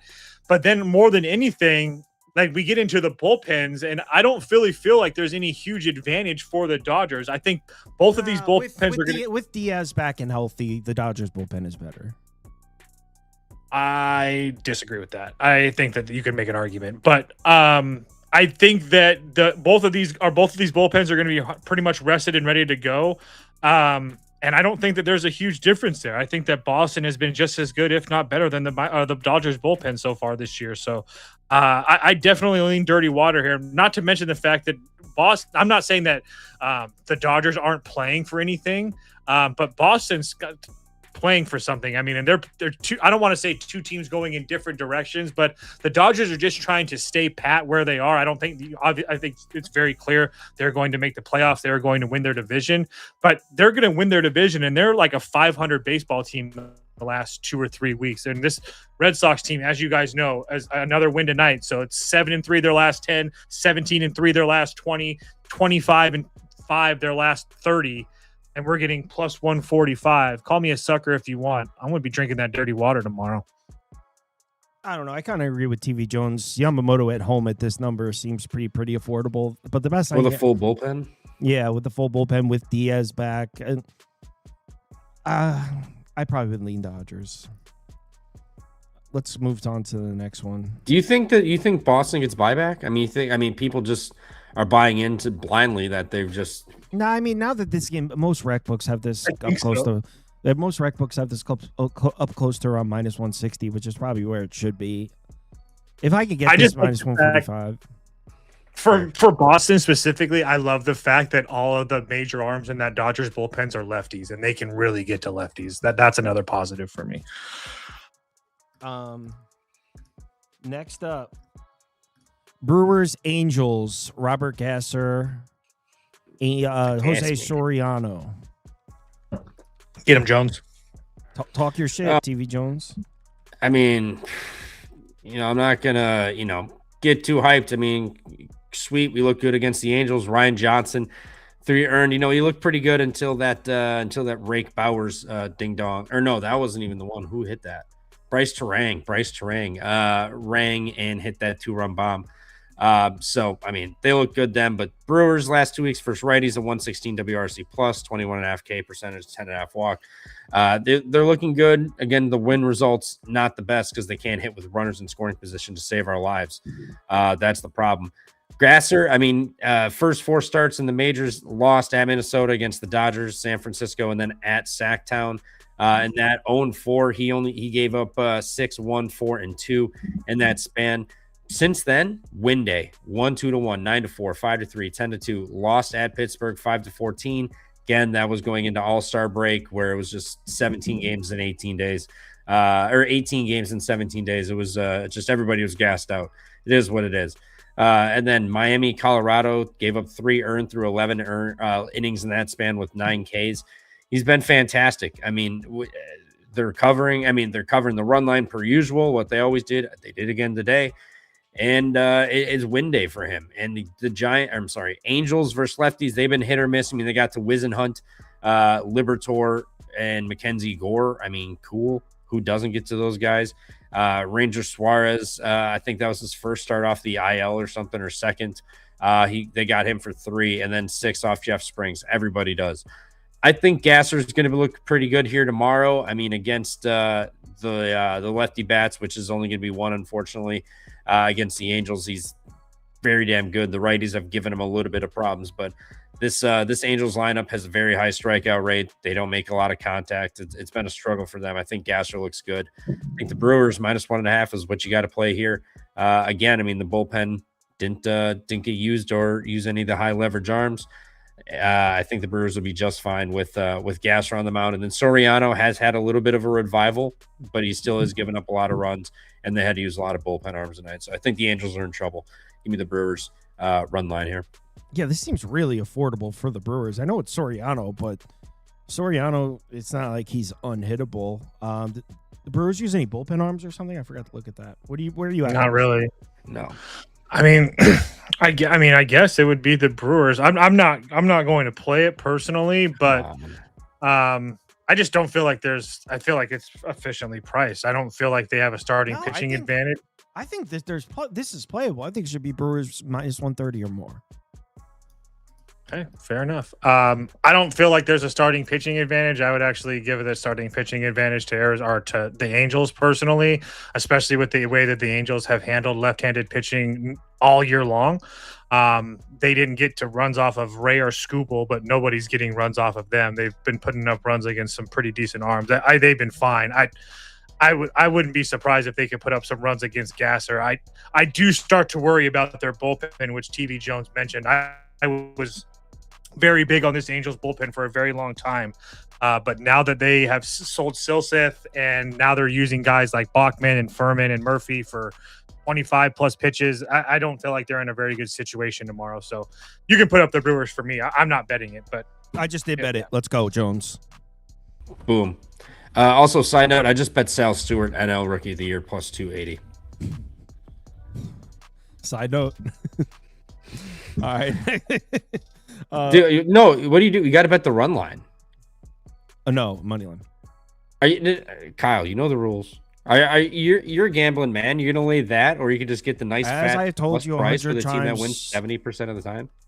70%. You take 30% of your wins and make them losses. It's an insanely huge difference. What do you value? A plus 140 on the run line? We've looked at the ROI. It's pretty close. You are right so far. I just don't believe that to be predictive.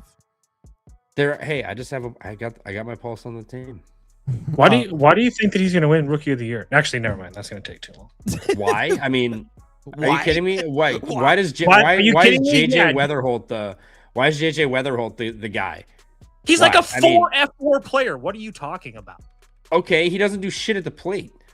He was earlier this year, but he has slowed down. Okay, that was 6 months ago. I mean, Sal Stewart, 22 homers, 82 ribbies, 804 OPS. 108 games. He's played more games than Weatherholt. He's had some walk-off games. He's been clutch every single time his team needs him. I mean, he's knocking in runs. I mean, why? Because his F4 is 1.5 points lower. They're not going to give it to him. The game is played on the field, not in the computer, okay? He is the NL Rookie of the Year. Plus 280, steal. My number has him minus 460. So, robbing him. Toast, where are you at on Tigers A's? Tigers, A's, Framber. Oh my god. I wanted to see what the price is. I didn't know if it had changed or not. I'm not looking to lay minus 140 with Framber. He's just been so hit or miss that it's just, and I know that this Athletics team has been really bad. I'll make it really easy. I can't figure out a reason to bet Athletics. Even on short. Framber's been bad, bro. In this feel free to do it. Enjoy that. I have zero interest. Kurtz is back. Still, yeah, wow. There's absolutely nothing. He's striking out every time he goes to the plate. Where are you at, Jones? I mean, I think I got to take over half a felony caught by Framber because he may kill a guy tomorrow. I mean, this guy's a nutcase, and now you're going to go to Sacktown. I mean, he is a blast and a walk away from literally throwing the ball at somebody's face. The guy is mental. I mean, look at that. Look at that. I mean, he's already been ejected for doing it. Now you're going to go to the most hitter-friendly park while he's already having a bad time pitching. It could be an absolute problem. Shout out the Royals for getting that one done against him. We're going to lay this price again with him. For what reason? I make it minus 120 Detroit, which I still somewhat question. But, I mean, it can't argue Framber's been rough. I mean, they've lost 4 of his last 5, or even worse. Since May 5th, they've won 2 starts. That was June 5th, June 22nd, and I'm sorry, and July 9th. 3-9 in his last 12 starts. Thank you. Yeah. So, I mean, it's been god awful. That's home and on the road. It doesn't really matter. He does have these weird where he'll just get absolutely shelled, come back and look decent, and then get shelled, look decent. And his last one you could argue was decent. 5 innings, 2 earned in that span. He could get shelled here tomorrow. I mean, Oakland's not a good team, but we know Detroit isn't that great. I mean, going into the 8th inning, it was what, a 2-1 game. They weren't that good. Now you're going to have an arguably worse pitcher on the bump for Detroit with Framber. I'd be tempted to take a stab with Perkins and company here. Now we know he's god awful, but Detroit hasn't been lighting it up versus righties. I guess they have, but that bullpen's been blowing it. They're 1-3 in their last 4, and then they beat Tyone, Rea, Dobnik, Beck Way prior to that. So. I mean, could Detroit get it done? Sure. Perkins could absolutely get shelled and nobody would think twice about it. But I don't think Fromber is worth this price. I think it should be more of like 120 seems about right. I think Detroit should be more favored, but I can't trust Fromber. I mean, he could legitimately get ejected in the third inning, and then it's bullpens from there on out. So it would only be the A's, but I have no interest in this game. All right, I'm going to talk some college football with the Duck. You guys enjoy your night. Good night, guys. Oh, I'll be live at 7:30 a.m. To do my show. I was out later, so did not do it. So see you 7:30 a.m. Line Labs on the old YouTube. 7:30 a.m. on Line Labs. A.m. Right. Eastern. Got it. Later, guys. Let's talk some Western Kentucky and some Jeff Choate ball. Jeff Choate, Kane Ione, great defensive coaching staff there at Nevada. Let's see what we got. Okay, yeah, I'm ready. All right, I sent the invite to Duck. I told him 1:30, so he should be ready because it's 1:35. Okay.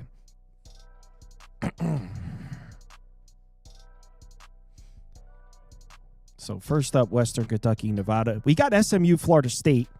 And then we're talking about Missouri, Kansas, which is obviously that's not till like week 3, but that line is open right now.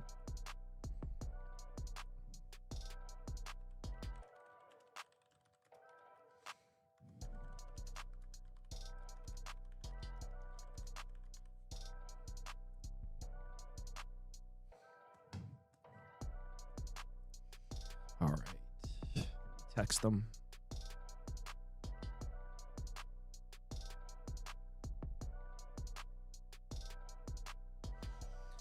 All right.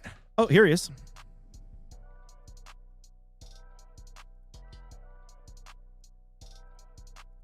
Sorry about that, Duck. We ran a couple minutes late, but we're ready to roll. Good. Ready? Let's do it. How you doing, man? Doing great. We got a few games queued up, and I'm going to go right into it. First up, Western Kentucky, Nevada. Now, on the offensive side for Western Kentucky, I have some concerns, but I think we've seen enough where we could just chalk it up as, man, Tyson Helton and that offense, they're going to be fine. We've seen them reload several times. We've seen them switch quarterbacks basically every single year. In fact, I believe this is the first time they're bringing back their quarterback since Austin Reed. So even though these numbers don't look all that great with Tyson Helton, and it is kind of trending in the wrong direction, I'm not really concerned. There's a new offensive coordinator, but this team gets a new offensive coordinator every single year. Look, I mean, they always have a new offensive coordinator. So even though we could go through and point out some concerns, and we'll go through the roster, Tisdale showed us he has some talent last year, that huge overtime win. I forget what game that was, but we were all on Western Kentucky money line. He won it in overtime, was awesome. Maybe some concerns at running back. Offensive line is new, but it's got size. Whatever. We can go through concerns on the offense. It's the defense that I think is the more concerning side of the ball for Western Kentucky. And last year, that was the better side of the ball. In fact, Western Kentucky's defense surprised all of us. They finished the year 17th in success rate, 39th in PPA per play. It was the best Western Kentucky defense we've seen in years. So why is this side more concerning for me? Well, their defensive coordinator left for Cal, and Tyson Helton's the offensive guy. So losing a DC concerns me a bit more. And in terms of the talent, I have some concerns here, Duck. Their linebackers, completely inexperienced. On the defensive line, they've got a real nice edge piece here in Vincent Snead. After that, I'm really not sure. So that's my overall thoughts on Western Kentucky. I am really concerned about this defense. The offense, it's Tyson Helton. I'm sure it's going to be fine. I'm concerned about Western Kentucky's defense. Do you share any of that sentiment? I share all of that sentiment. Matter of fact, this team has so many more questions than people realize. You talk about 19 of the top 21 tacklers from last year on the defense that are gone, and it's a full reset at all three levels. I don't think this team can stop the run. They gave up 4.92 yards per carry on the ground last year, 293 against Jacksonville State, 249 against FIU, 307 against Toledo. And you know what, my man Sauce? Tyson Helton gets all this hype in CUSA, but... Oh, well, hold on. I'm not trying to take shots at Tyson Helton. I'm a fan. No. Not winning conference titles. Only played for 2 conference titles. And at some point, this WKU love has to stop unless we get our man Bailey Zappi back. I am absolutely selling WKU this year. let's look at the defense. I think Snead is a good player with some quickness. Keywan Murphy comes over from Akron. He's got some decent size at the D tackle position. You're getting a SEMO edge rusher in LaTravion Thompson who comes over. We'll see how productive he is. All three of the linebackers are gone from last year. You're getting 0 starters returning, just 44 total tackles that come back. Garrison Madden, guy who actually played at USC over the last couple of years. We'll see how it goes. He didn't play a lot there, but we'll see. Jordan Donald could emerge. Christian White, the nickel, is a hair undersized. The DBs are small. I'm not sure if these guys can cover. Newsome comes over from West Florida, and Jalen Lewis, he's bounced around a little bit. He could play okay at the safety position, but there's just so many question marks. I think this defense could be Swiss cheese this year, honestly. And I wonder if I really don't trust Rodney Tisdale as a passer. I think you look at a lot of the prolific passing, and that was actually somewhat done by MacGyver last year, and a lot of the receivers are gone. I do like Katie Hutchinson. He's a weapon. Zion Taylor comes over from Georgia Tech. Didn't play a ton, but we'll see. And I do wonder with the OC change, Brody Reeder comes in. I know they don't like to slow it down, but he's played in some offenses that have really stunk. Everywhere he's coached. Middle Tennessee stunk. Northern Iowa was awful when he was there. I think they slow these games down to try to protect the bad defense. I think they're going to run the ball more. I do like a Jay Allen. I think he could be okay at the running back position. And Sincere Baines was a nice ad coming over. He was really productive at Maine. One starter returns along the O-line. Karsten Upchurch, the right tackle. They're getting a center in from Georgia State. The guards are transferring in from Bama. The guy from Bama didn't play. And then you're getting another guy in from East Texas A&M. I don't think, if I'm being honest with you, I don't think this offense is good. I think Tisdale is a fun talent. He can run around back there and he can extend drives with his legs, but that only takes you so far. And once he gets banged up a little bit, which could happen, I don't know. I'm selling Western Kentucky hard this year. People are talking about them winning the conference, something they haven't done under Tyson Helton. I'm on the win total under 7.5. This start to the schedule is horrific with 3 straight road games. I think they lose this game outright against Nevada. I can get there.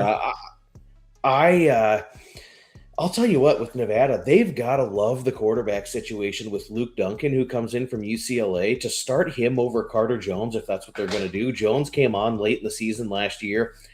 Both of these guys are actually pretty athletic for Nevada. Herschel Turner's a nice running back option, and Dominic Kelly was a decent ad. You're getting some FCS flavor at the receiver position. You're getting guys in from Valparaiso, Southeast Missouri State, and then sprinkle in 3 of last year's backups.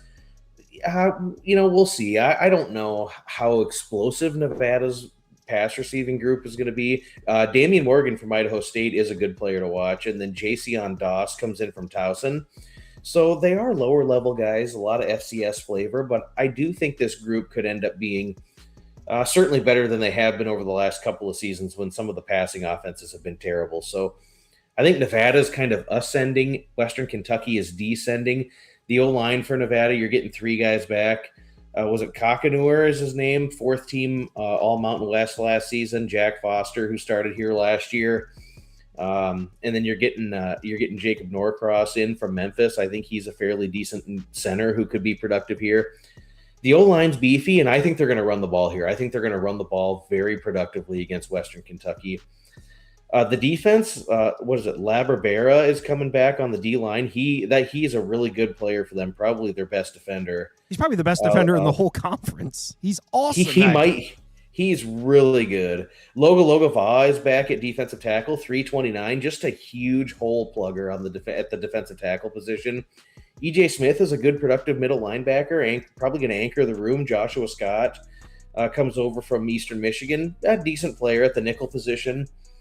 There is some talent to work with Chode, and I think that the book is still out on if Chode is any good or not, but he was a really good coach at Montana State. Usually coaches hit their stride in year 3. I think that Nevada is going to be improved this year. They were pesky at times last year. There was a lot of times where they got blown out, but I thought Nevada played some pretty decent football last year, especially late in the year when they didn't have anything to play for.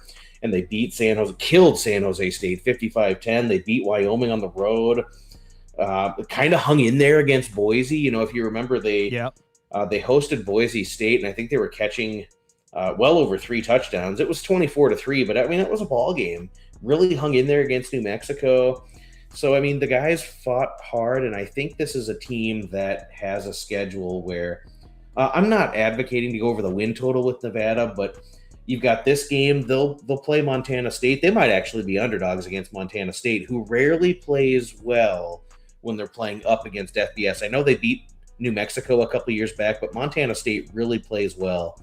Or they rarely play well, against FBS competition. Middle Tennessee is winnable. At UTEP is winnable. San Jose is winnable. At Northern Illinois, Nevada could make a bowl this year. And you've got the tough travel spot for Western Kentucky. They play their first 3 games on the road, if you can believe that. They've got this one. They go to Georgia. They go to Indiana. Then they've got to regroup and go to play Mercyhurst at home. Then they go to New Mexico State. I think this team is a complete hard sell this year. I think it's under the win total for Western Kentucky.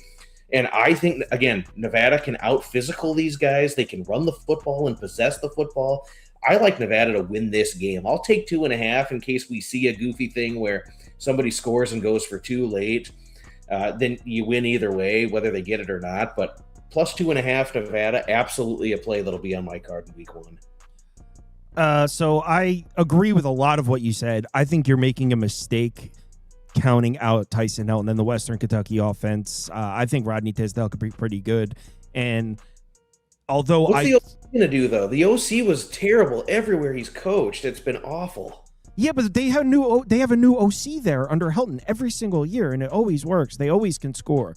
And this Nevada defense, I really trust Kane Ione and Jeff Choate as those two. They've been coaching together for years. Well, actually, I think Kane Ione played under him, or they've been working together for years. And I really think Nevada's defense can take a step forward in year 3 or whatever it is there. But pretty much the back seven's all rebuilt for Nevada, all their tacklers. And you know Western Kentucky's going to get the ball to their playmakers in space. And I think Western Kentucky's going to move the ball up and down the field. Where I can get, well, maybe not up and down the field. It is game 1, but I think Western Kentucky will score. On the other side, Brett Bartolone is the new offensive coordinator for Nevada. Are we going to see Nevada with an air raid offense? I mean, this guy, we could see, from what I'm reading, they want to throw the ball. You mentioned Carter Jones at quarterback. I mean, he was dealing with an injury in the spring. And what's his name? Hold on one sec. The other guy you mentioned, Luke Duncan from UCLA, he threw 3 picks in the spring game. Now, whether or not that's like, oh no, 3 picks in the spring game, it's a little concerning. But what I'm getting at here is you're not going to like this based on what you're talking. This is the way to go here, Duck. You go over.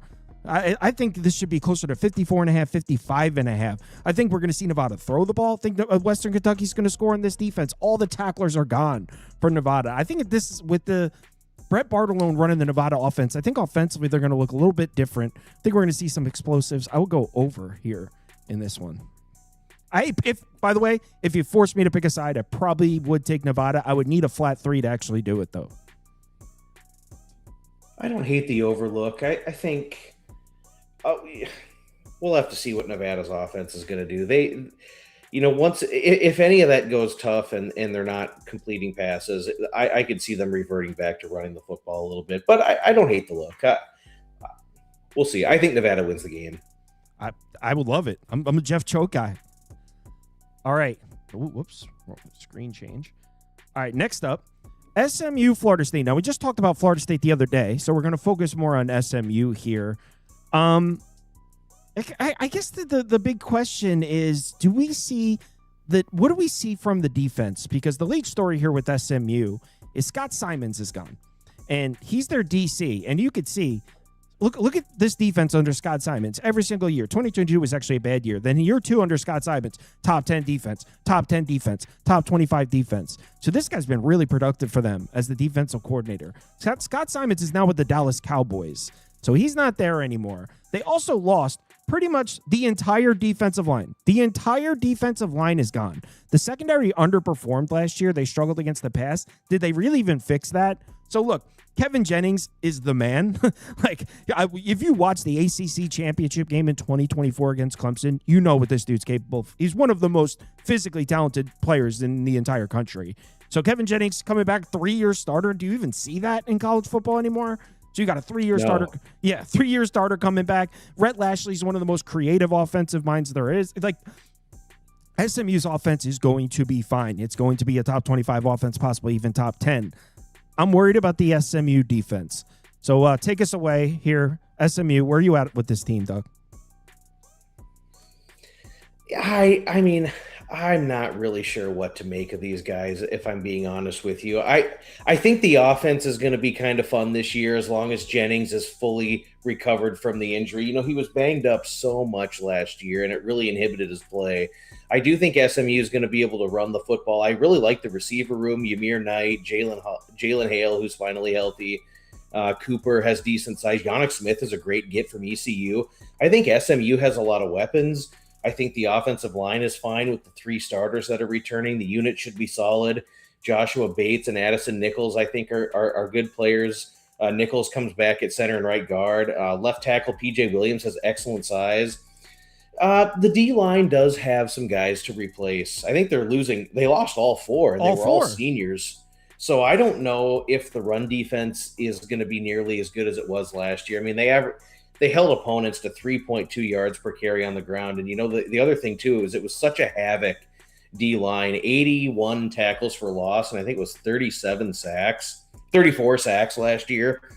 I don't know if we see that, and they could probably will give up a fairly decent amount more yards and points. You know, the other thing about SMU's havoc defense, specifically the defensive line and the linebackers, which they'll be fine at linebacker. SMU was one of the best teams in the country last year in the red zone. They only surrendered. They had 47 red zone trips against, and they only allowed 19 touchdowns. 14 times they forced field goals, and 14 times they turned their opponent away with nothing. So, I mean, you got a really buttoned up red zone defense that was really procured by that havoc defensive line and getting stops when it really mattered. I worry if we see that this year. Linebackers are going to be really pretty buttoned up with Kilgore, Booker, Lee. I think that's not the issue. And maybe the secondary is okay. Marcellus Barnes and Jimmy Wyrick are back. I think the secondary could also end up okay. Doesn't it seem so easy to just go to the window and lay it with SMU? Why are they laying such a short number here? I do not get this. This is such a contrarian play. Everybody's throwing Florida State in the toilet. I laid it with them in week 0 against New Mexico State. I really like that play. I could only look the way of Florida State here in this game at home. I think this is just a line that is very telling. And, you know, when you're talking about gambling, you can power rate these teams and you can create your own number and try to project what the line should be or what the fair line will be.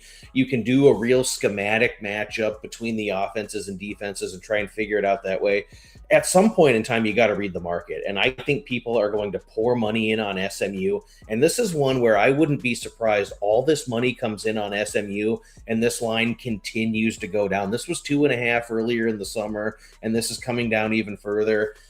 I think a lot of people are going to end up with SMU tickets that are going to be worth nothing. And I wouldn't be surprised at all if Florida State wins this game.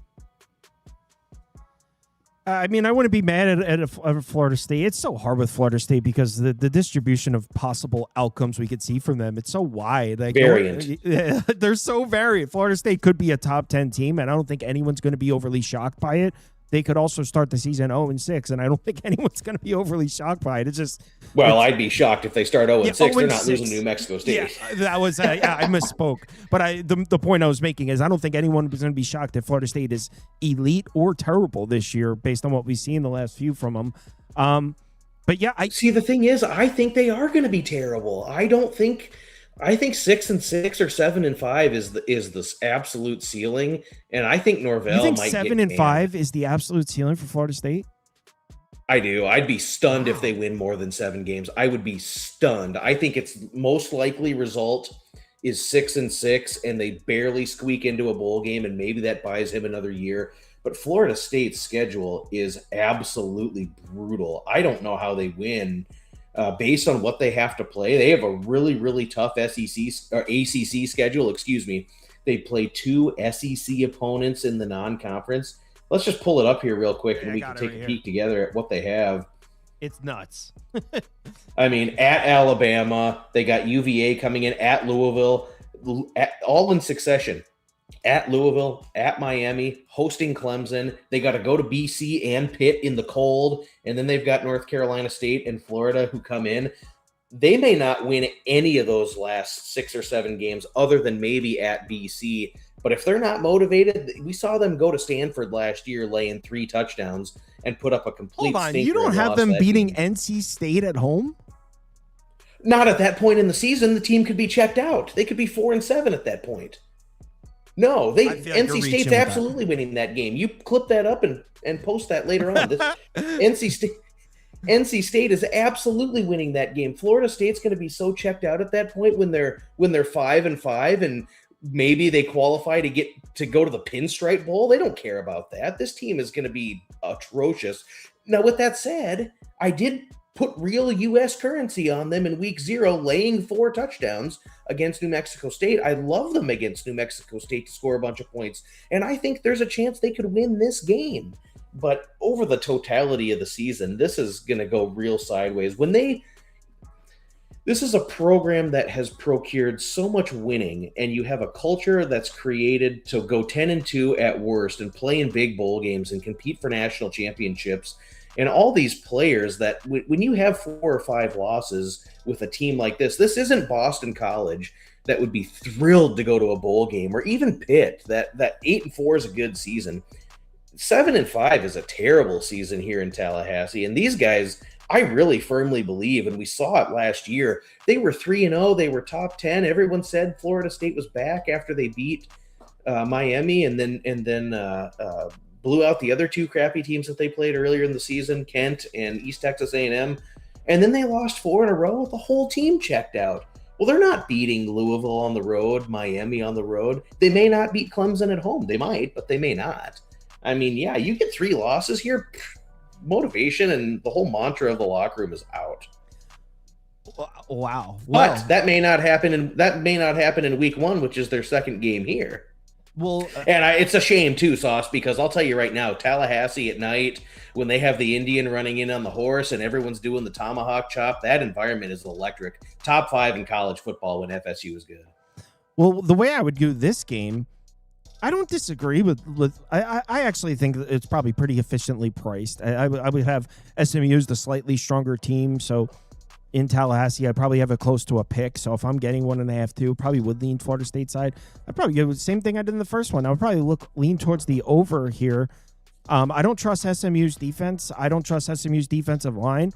I think both teams will be able to successfully run the ball in this game, which obviously leads to the clock running, but I don't think we're going to see many stops in this one. So I'll say over. But this game's tough to talk about, especially at this point. I do think that Chroma and Wisner could get theirs. They could feast in the backfield and run the ball against SMU. I think both teams.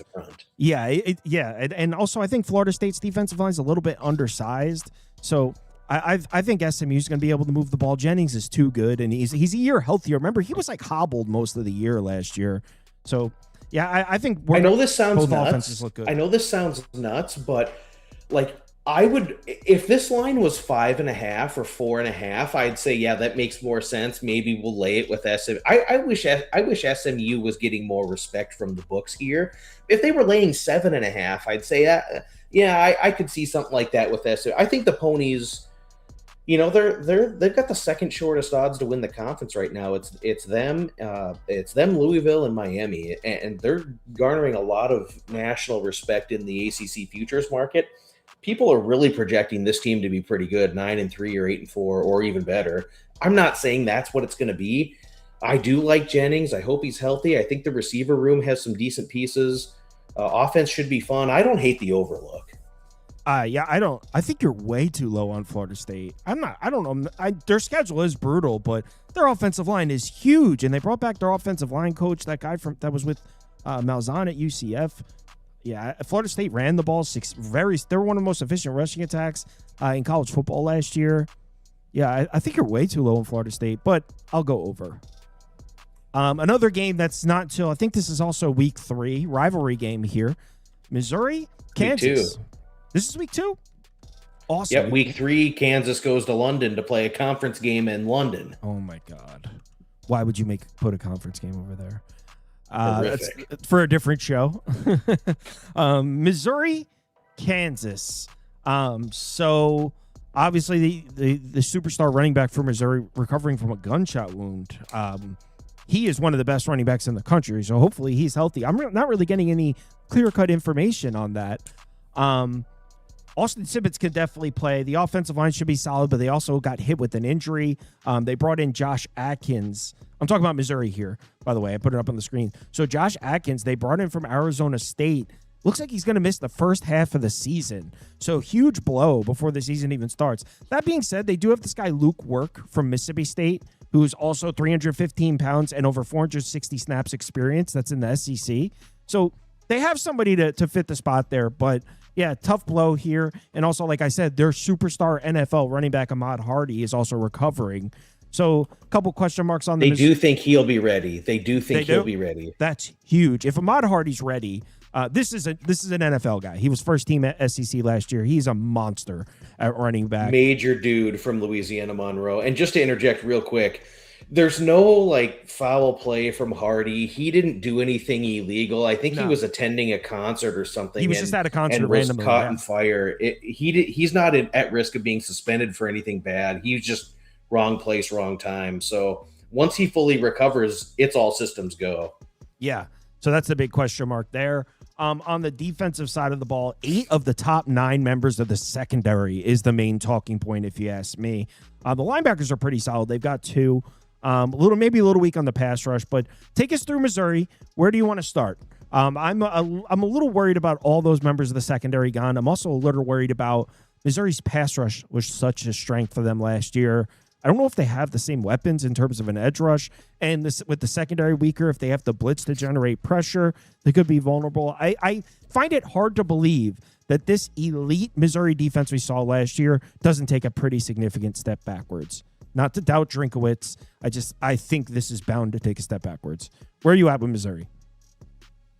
Similar sentiment. I mean, they were an elite SEC defense. They allowed 20 points or less 9 times last year, and they lost so much production. With what they do have coming back, Landon Kitchen on the outside, it's kind of a spot player last year. We'll see what he can do after being elevated to the starting platoon. I don't know if he'll be a similar contributor to what they had last year, but not terrible. Marquise Gracie-Seal and Jalen Marshall have excellent size, and so they could be hole pluggers and run stoppers along the defensive tackle positions. Darius Smith, he could end up developing into a major dude, 6'5", 250. I think he's a guy who could create some havoc off the edge rush. Linebackers, Woodyard comes over from Auburn, could be okay. Jeremiah Beasley was second team middle linebacker last season. He just gets elevated. Rodriguez and I think it's Kensley Faustin could end up being some fairly decent outside linebackers. Faustin's kind of more of a nickel player and can drop into coverage. You're right, though. The secondary was elite. 56% pass completion percentage allowed, just 15 touchdown passes against. It was a really buttoned-up unit, and I think the secondary probably benefited from some of the havoc created by the front, so maybe that takes a step back. You've got Sione Lale, who comes in after playing occasionally at Oregon. I don't want to penalize that guy because he couldn't crack through the starting lineup at Oregon because they have really legitimate players there. He could be okay. I think Banner could be a versatile player at safety.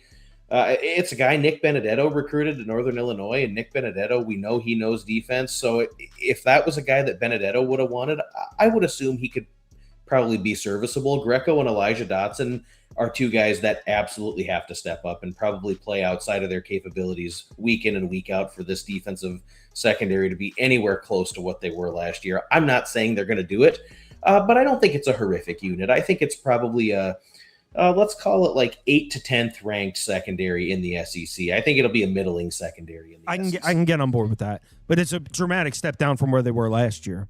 Well, actually, dramatic step down. Yeah. Then, like you said, they were the beneficiaries of an elite defensive front, so strong against the run, generating pressure with the best they've had there in 25 years. Yeah, they were generating consistent pressure without even sending extra rushers, which is so valuable as Texas Tech. But yeah, I'm in agreement. And just look how they won games, especially on the road. I mean, their home road splits in scoring were staggering, but their defense really showed up and traveled on the road last season when the offense wasn't getting it done.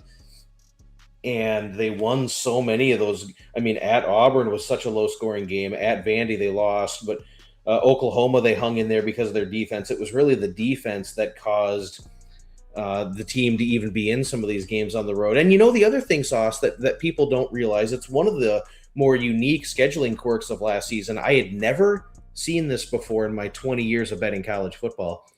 Missouri played their first 6 games in their home building. Crazy. They played 4 true road games only. Their first 6 were at home. That never, ever happens.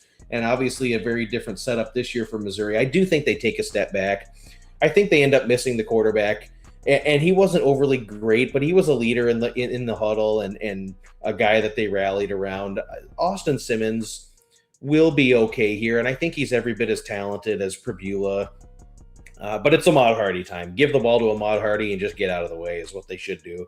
And so they think he's going to be ready for week 1 against the FCS opponent. He'll probably carry the ball 3 or 4 times and then get him the hell out of there and get ready for this one.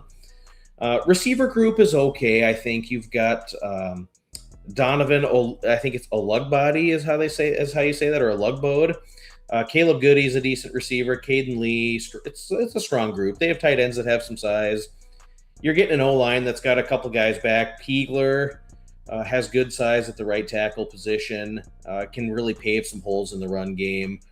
Caden Green was second team All SEC last year. He's back. Their center actually started at left guard last year. I think it's Giadice or Dom Giadis or however you say that last name. I think the offensive line could actually be fairly decent, and that's really where they're going to make hay in this game. I think they run the ball. And that's what I would do against Kansas. And if we want to talk about Kansas for a minute, I mean, I like Lance Leopold as much as the next guy, and he was able to really resurrect this program and take them from the absolute lip of the toilet in FBS. I mean, a laughingstock, a team that was getting destroyed every season by Coastal Carolina, struggling with FCS teams that were just mediocre Missouri Valley teams at the time. It was awful. But Sauce, my man, don't you think that like that 9-4 season that everybody still hangs their hat on, where they defeated OU and won the bowl game, doesn't that just seem like the outlier? Now you've got back-to-back losing seasons. The Nicky's back. Coldal Nicky's back, man. Yeah, but they lost all that talent after last year or before last year, and now Jalen Daniels was the do-it-all guy. He was the guy the straw that stirred the drink, and he's gone. And I don't know if Cole Ballard is going to be anywhere close to what Daniels was. I don't know. I like the running back, Dylan Edwards, who comes in from K-State, and they throw the ball to the running backs too. And I think that Dylan Edwards could be a guy who ends up catching 35 or 40 passes out of the backfield. Nick McMillan, I will tell you, is a great receiver get from University of Buffalo. He was explosive. He has good ball skills. He had garbage quarterback play at Buffalo. So if they get even mediocre quarterback play, I think McMillan's a guy who could probably end up having 800 yards by season's end. Najee Cox was a good player at Middle Tennessee. He's in. So I Kansas has some weapons. A lot of people are hyping the reunited Kotal Nicky OC coming back here. We'll see. Could take a little time. We really won't find out much in the FCS opener because they play Long Island, who's not very good, to be honest with you. But we'll see. Offensive line, they could be okay. I mean, I don't know what you think about them. They got 2 starters back, Amir Herring and Calvin Clements. You're breaking a new center in who played a little bit last year at Oklahoma State, Kason Carpenter. And I think the O-line could end up being okay. I think the system, Kansas ran such a fun offensive system when Kotal Nicky was there before, and when Jalen Daniels and Jason Bean, their second-string quarterback, were kind of splitting some time. He was explosive, man, Bean. He was explosive. He was. Yeah. He really was good. And when you turned on the TV, it was fun to watch Kansas play football offensively with some of the window dressing and the motion and some of the fun plays. It was unique. Some of the unique plays that were just traditional plays in their playbook, but it was just a different style of offensive football. It could get back to that. He'll tinker with it and make the offense a little better. But I don't know. I'll be honest with you, man. you look at last year, which was potentially a better Kansas team, and they were up 21-6 after being gifted 3 touchdowns in the first quarter, and it was 35-10 the rest of the way. Kansas had 19 rushing attempts for 31 yards, 0 explosive rushes. Missouri outgained them by almost 350 yards and ran for 261, 5.6 yards per carry. I don't think we see much changing with that. I do not think Kansas can stop the run. I think Missouri will be able to avoid the turnovers, the third down stops, all of the bad stuff that happened last year. Missouri should have won last year's game by 28 points. The only thing I would do is lay it here. I'm not there, but I can't play Kansas here. Are you gonna? I wanted to lean that way, yeah. But I'm not strong enough on Kansas. I'll just write on the screen what I would do. I'm not saying this is play of the week. This isn't something I'm saying is like my play of the week. I don't have a play on this at current. So, I mean, I do not think Missouri's defense is going to be close to what it was last year. And I think Kotelnicki and Leopold, I think they're going to have something ready for Missouri's defense that might fail to generate pressure with the front four. I don't trust the secondary, especially early in the season. I think Kansas can keep the chains moving. And with without Jalen Daniels and Cole Ballard's our quarterback now, and running backs that I think are all right, I think Kansas can keep the chains moving, and I don't trust Missouri's offense to come in here. Kansas defense, say what you want, it's pretty experienced. I kind of would lean towards Kansas, but this is not one I was betting. To be honest, I don't have many notes for Kansas, but I do know I'm not very big on Missouri. So I agree with that. I think Missouri is going to take a step back given how much success they had last season. I don't think there's any chance they contend for the conference. So don't and you they think, won. Okay. I just thought of how to describe how I feel. So it's not that I think Kansas and Kotelnicki and it's back to the 9-4 team. I understand what you're saying with that. I kind of agree. I just think when you put creative offensive minds together like that, and you combine it with the hype that is the surrounding the early in the season when there's still hope and everyone's going to be into it. I just feel like maybe at some point it'll be like, all right, Kansas is not getting back to 9-4, but at this point against their rival, they still think they're back there. So I just think that added confidence I bet you this game comes down to the wire. 2 questions for you. Does Kansas finally beat K-State this year? I say no. No, I would never bet Kansas in that game. They're cursed, dude. Does Kansas make a bowl game? Yes. You know what? Let me pull up their schedule again. I was looking at it the other day. Let me pull up their schedule again because I don't have it memorized. Nope, not Kansas basketball. Kansas football. You're gonna say no? Well, regular season win total is 5.5. The reason I don't like them to make a bowl game is, again, after this, they play Arizona State in a Big 12 conference game in London.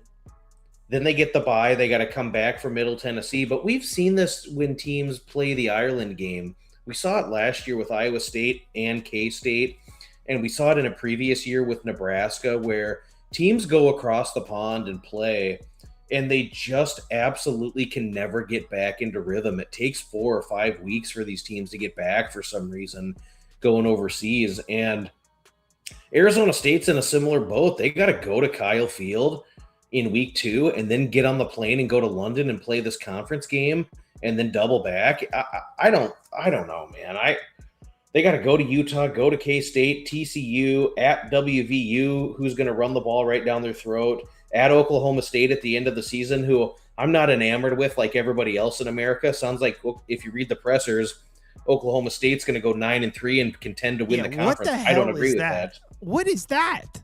I love Tulsa. It's the hyperbole around the UNT offense all being there, but it was a G5 offense now playing P4 competition. Mestamaker's never even played a Power 4 opponent before.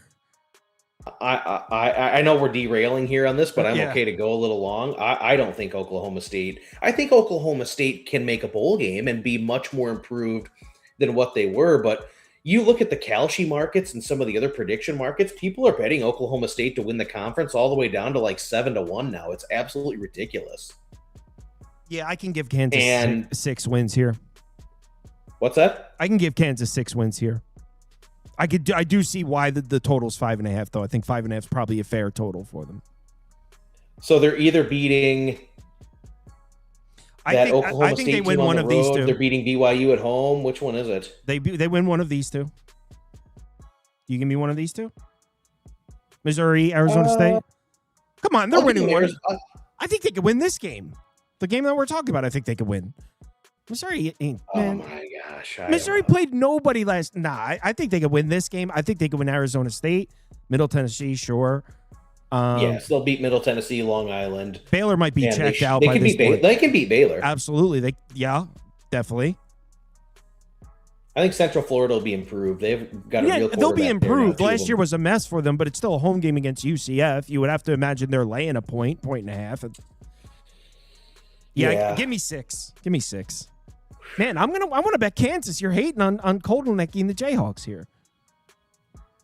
I'm not trying to hate on him. I'm trying to be real with you, my man. I like Lance Leopold as much as everybody, but it just seems like that 9-4. I think as long as he stays here, 6-6 is about what they're always going to be. Yeah, I can get 6. Now, last up, we're going to preview Air Force. I got graphics for you. Are you ready to go on Air Force? Yeah, I am. First thing I want to say is there's 500. It's 2:15 in the morning Eastern, and there's 500 people watching. We really appreciate that. There's been some guys in the chat asking about regular season wins, so maybe we can talk about some more of those next week. People want to know about Virginia Tech, so maybe we can do about a Virginia Tech preview. I love the chatter with all of your loyal listeners here. 500 people at 2:00 in the morning is awesome. We've got freaks here, telling man. us what you want to cover. We've got some freaks that watch this late night. Love it. So, we'll talk Air Force. And go ahead, take it away. Hey, we got a week 1 lineup for Air Force. So I'll start with this. Air Force does not deserve the benefit of the doubt based on how terrible it's gone the previous 2 seasons. 2 years ago, it was the offense who couldn't do anything. They resorted to using a backup fullback, Kemper Hodges, at quarterback, could hardly get a first down. And then this is 2024 I'm talking about. I think they were 1-7. They only defeated Merrimack by like 5 points at home. And then something changed with the offensive line where they had attitude. They had this intensity. They won their last 4. I was thinking this was going to carry over into 2025. Liam Zarka had some hype at quarterback. The offense was electric, and the defense just absolutely could not get any stops. If you look back to Air Force, they had about 4 winnable games that they lost by 3 points. They had the lead late in many of those games. UNLV was one. They were really close with Boise. Utah State was another one, and they just absolutely could not get any stops whatsoever defensively. They had injuries. Some young guys were playing in the secondary that were freshmen. It was just so bad. And they just could never recover, couldn't get over the hump. And then the quarterback goes down, and then they're back to the fullback at quarterback, and they couldn't get a first down, couldn't score more than 3 or 7 points, beat Colorado State like everybody did. And that's all she wrote on the 4-8 season. So this year, Liam Zarka is a great quarterback. He's got full command of the offensive system, and Air Force still does run the flexbone triple option. We've seen Army and Navy go away from the flexbone triple, but Air Force does still adhere to the flexbone triple principles. They'll run some shotgun and some inverted option, but the primary basis is the flexbone, which has the fullback behind the quarterback, and then there's 2 slot backs on the outside that can do some unique motion. They can run some counter, but Zarka is back. Owen Allen is the fullback. He ran for 750 last year, 5.7 yards per carry. He's a physical runner. He'll take on some contact. I think it'll be a productive season for him. They do not have a lot of explosivity in the slot back position, and that could be a problem. But I will tell you with Air Force, the portal is a one-way street. They never get guys in, and they only get guys out. And Air Force regularly, you'll see this with all position groups we talk about, Air Force is accustomed to this natural attrition that happens with their team, and they always find guys. So with Rocco Conti as a slot back, Jalen Rashad Turner is a slot back. These are guys that do have a decent amount of speed. They're unproven on the field, but again, Air Force is accustomed to finding these diamonds for one season, and I think that we'll see them find. They've got 3 or 4 guys that are juniors and seniors that have been on the team and in the system. So I think we'll see some productivity out of the slot backs, although I can't tell you that I've seen it on the field. It's just a system that over the 20 years that Troy Calhoun's been there, it procures finding talent. The receiver position, receivers don't catch a lot of passes here. They can be explosive because a lot of the receivers, it's all blocking on the outside to try to bust the long running plays, and then they can be deceptive in how they run their pass routes to mimic blocking, and then they can get behind the defense and catch big long passes. Jonah Dawson is a guy who could do that. He's the leading returning receiver. Not a lot of yards, but he's a guy who could do that. Adam Hyrinsu is a guy who could be a decent blocking receiver. He played some last year. Isaac Thomas has good size. Matt Long played a little bit last year at receiver. So you really want these big physical blocking receivers in the scheme, and then they can get downfield deceptively. And they usually have a guy or two that can do that. They don't have some of the guys that they had over the last couple of seasons as far as proven explosiveness, but I think that Air Force will have guys that can do what they need them to do in the offensive system, primarily being physical blockers to spring long running plays. The O-line's in similar shape. You're getting 2 guys back, left guard TJ Terracio, and Nathan Elwood, who comes back at left tackle. The right guard and right tackle positions played a decent amount last season. It's really just the center for Air Force that they're trying to break in. It's an important position, and I think that they get the offensive line a decent amount of work in the opener against FCS Duquesne, who plays in the Northeastern Conference. We'll get to them in a minute. The defense was awful last year. It was historically bad. This defense had very poor success rate numbers. They allowed a ton of explosiveness, both on the ground and against the pass. They couldn't stop anything in pass coverage. They gave up so many late touchdowns to lose games. You're getting 8 guys back from a bunch that really failed Air Force last season. So they did have some injuries in the secondary, to be fair to them. Oh, they had a ton of injuries in the secondary, which is why all those freshmen played, and they're now sophomores. So we'll see how improved they are. But D-line I want to talk about here. Jalen Reese and Isaac Hubert actually played a decent amount last year. Hubert had 11.5 tackles for loss. Bennett Williams is new to the system. Rawls is a guy who was a reserve last year, but he played in all 12 games. Chaz Barnett and Andrew, I think it's Tillett. Andrew Tillett is going – they're going to have to step up and make plays beyond their capability. And if they can do that, the defensive line could be tough. They're always going to have an undersized defensive line at Air Force just based on the amount of recruits that they can have and, who they're trying to get into the actual system with getting into the Air Force. But they're fast. They fly to the ball. It could be a better group. The other thing I like about the defensive line is they added a new DC in, Steve Russ. And he coached here before and also coached in the NFL. So I think with him coming back and tinkering with the defensive alignment, they should be a little tougher against the run and hopefully should help the secondary as well. Linebackers, Dallas Daly comes back, Blake Fletcher and Alex Perez, they all started last season, should have better production out of the second level. I think they'll be tougher again against the run. And maybe they play some drop coverage with the linebackers to kind of help support the secondary. Secondary was so young last year, Sauce. You alluded to it. They were thrown to the wolves due to injury, and they improved as the season went on. And so I think you get another year in the system in fall camp. You get some spring ball. Corey Johnson, Mikhail Selkin, they're not tall, but the corners are usually physical, pesky corners that aren't afraid to stick their nose in there and stop the run on the sweep. So I think we'll see that. Cade Patterson, the safety, and then Max Mustel. Need to make improvements. Roger Jones was a good safety. He was 4th team all-conference. When you're getting to 4th team all-conference, you're really kind of getting down there a little ways. But the safeties have some talent that they can build upon, and they're a young group. So hopefully this pays dividends this year and beyond. Again, it's an undersized defense. It always will be, but I think these guys are going to be nasty to play. They swarm to the ball, and they should improve drastically in the metric sheet over last year's defense. Special teams was horrific last year, Sauce. And now Air Force is breaking in a new kicker and a new punter for this season. they've got to find a more reliable field goal operation, because that group, they missed some game-tying field goals, and it just did not go well. So overall, we talked a lot about Air Force. I think they could be improved this year. I like the way the schedule sets up in Mountain West League play. They get North Dakota State at home. Bison have never played there before, and that's their first conference game in the new conference. I think the Flyboys can win that game. I think they can beat UNLV at home. They've got a manageable road schedule. They've got all the bottom feeders: San Jose State, UTEP, Northern Illinois. They get all the bad teams in league play. So I do think this team finally breaks through, as opposed to not being able to do so the last couple of years. I think they make a bowl. I think they can push 8 wins.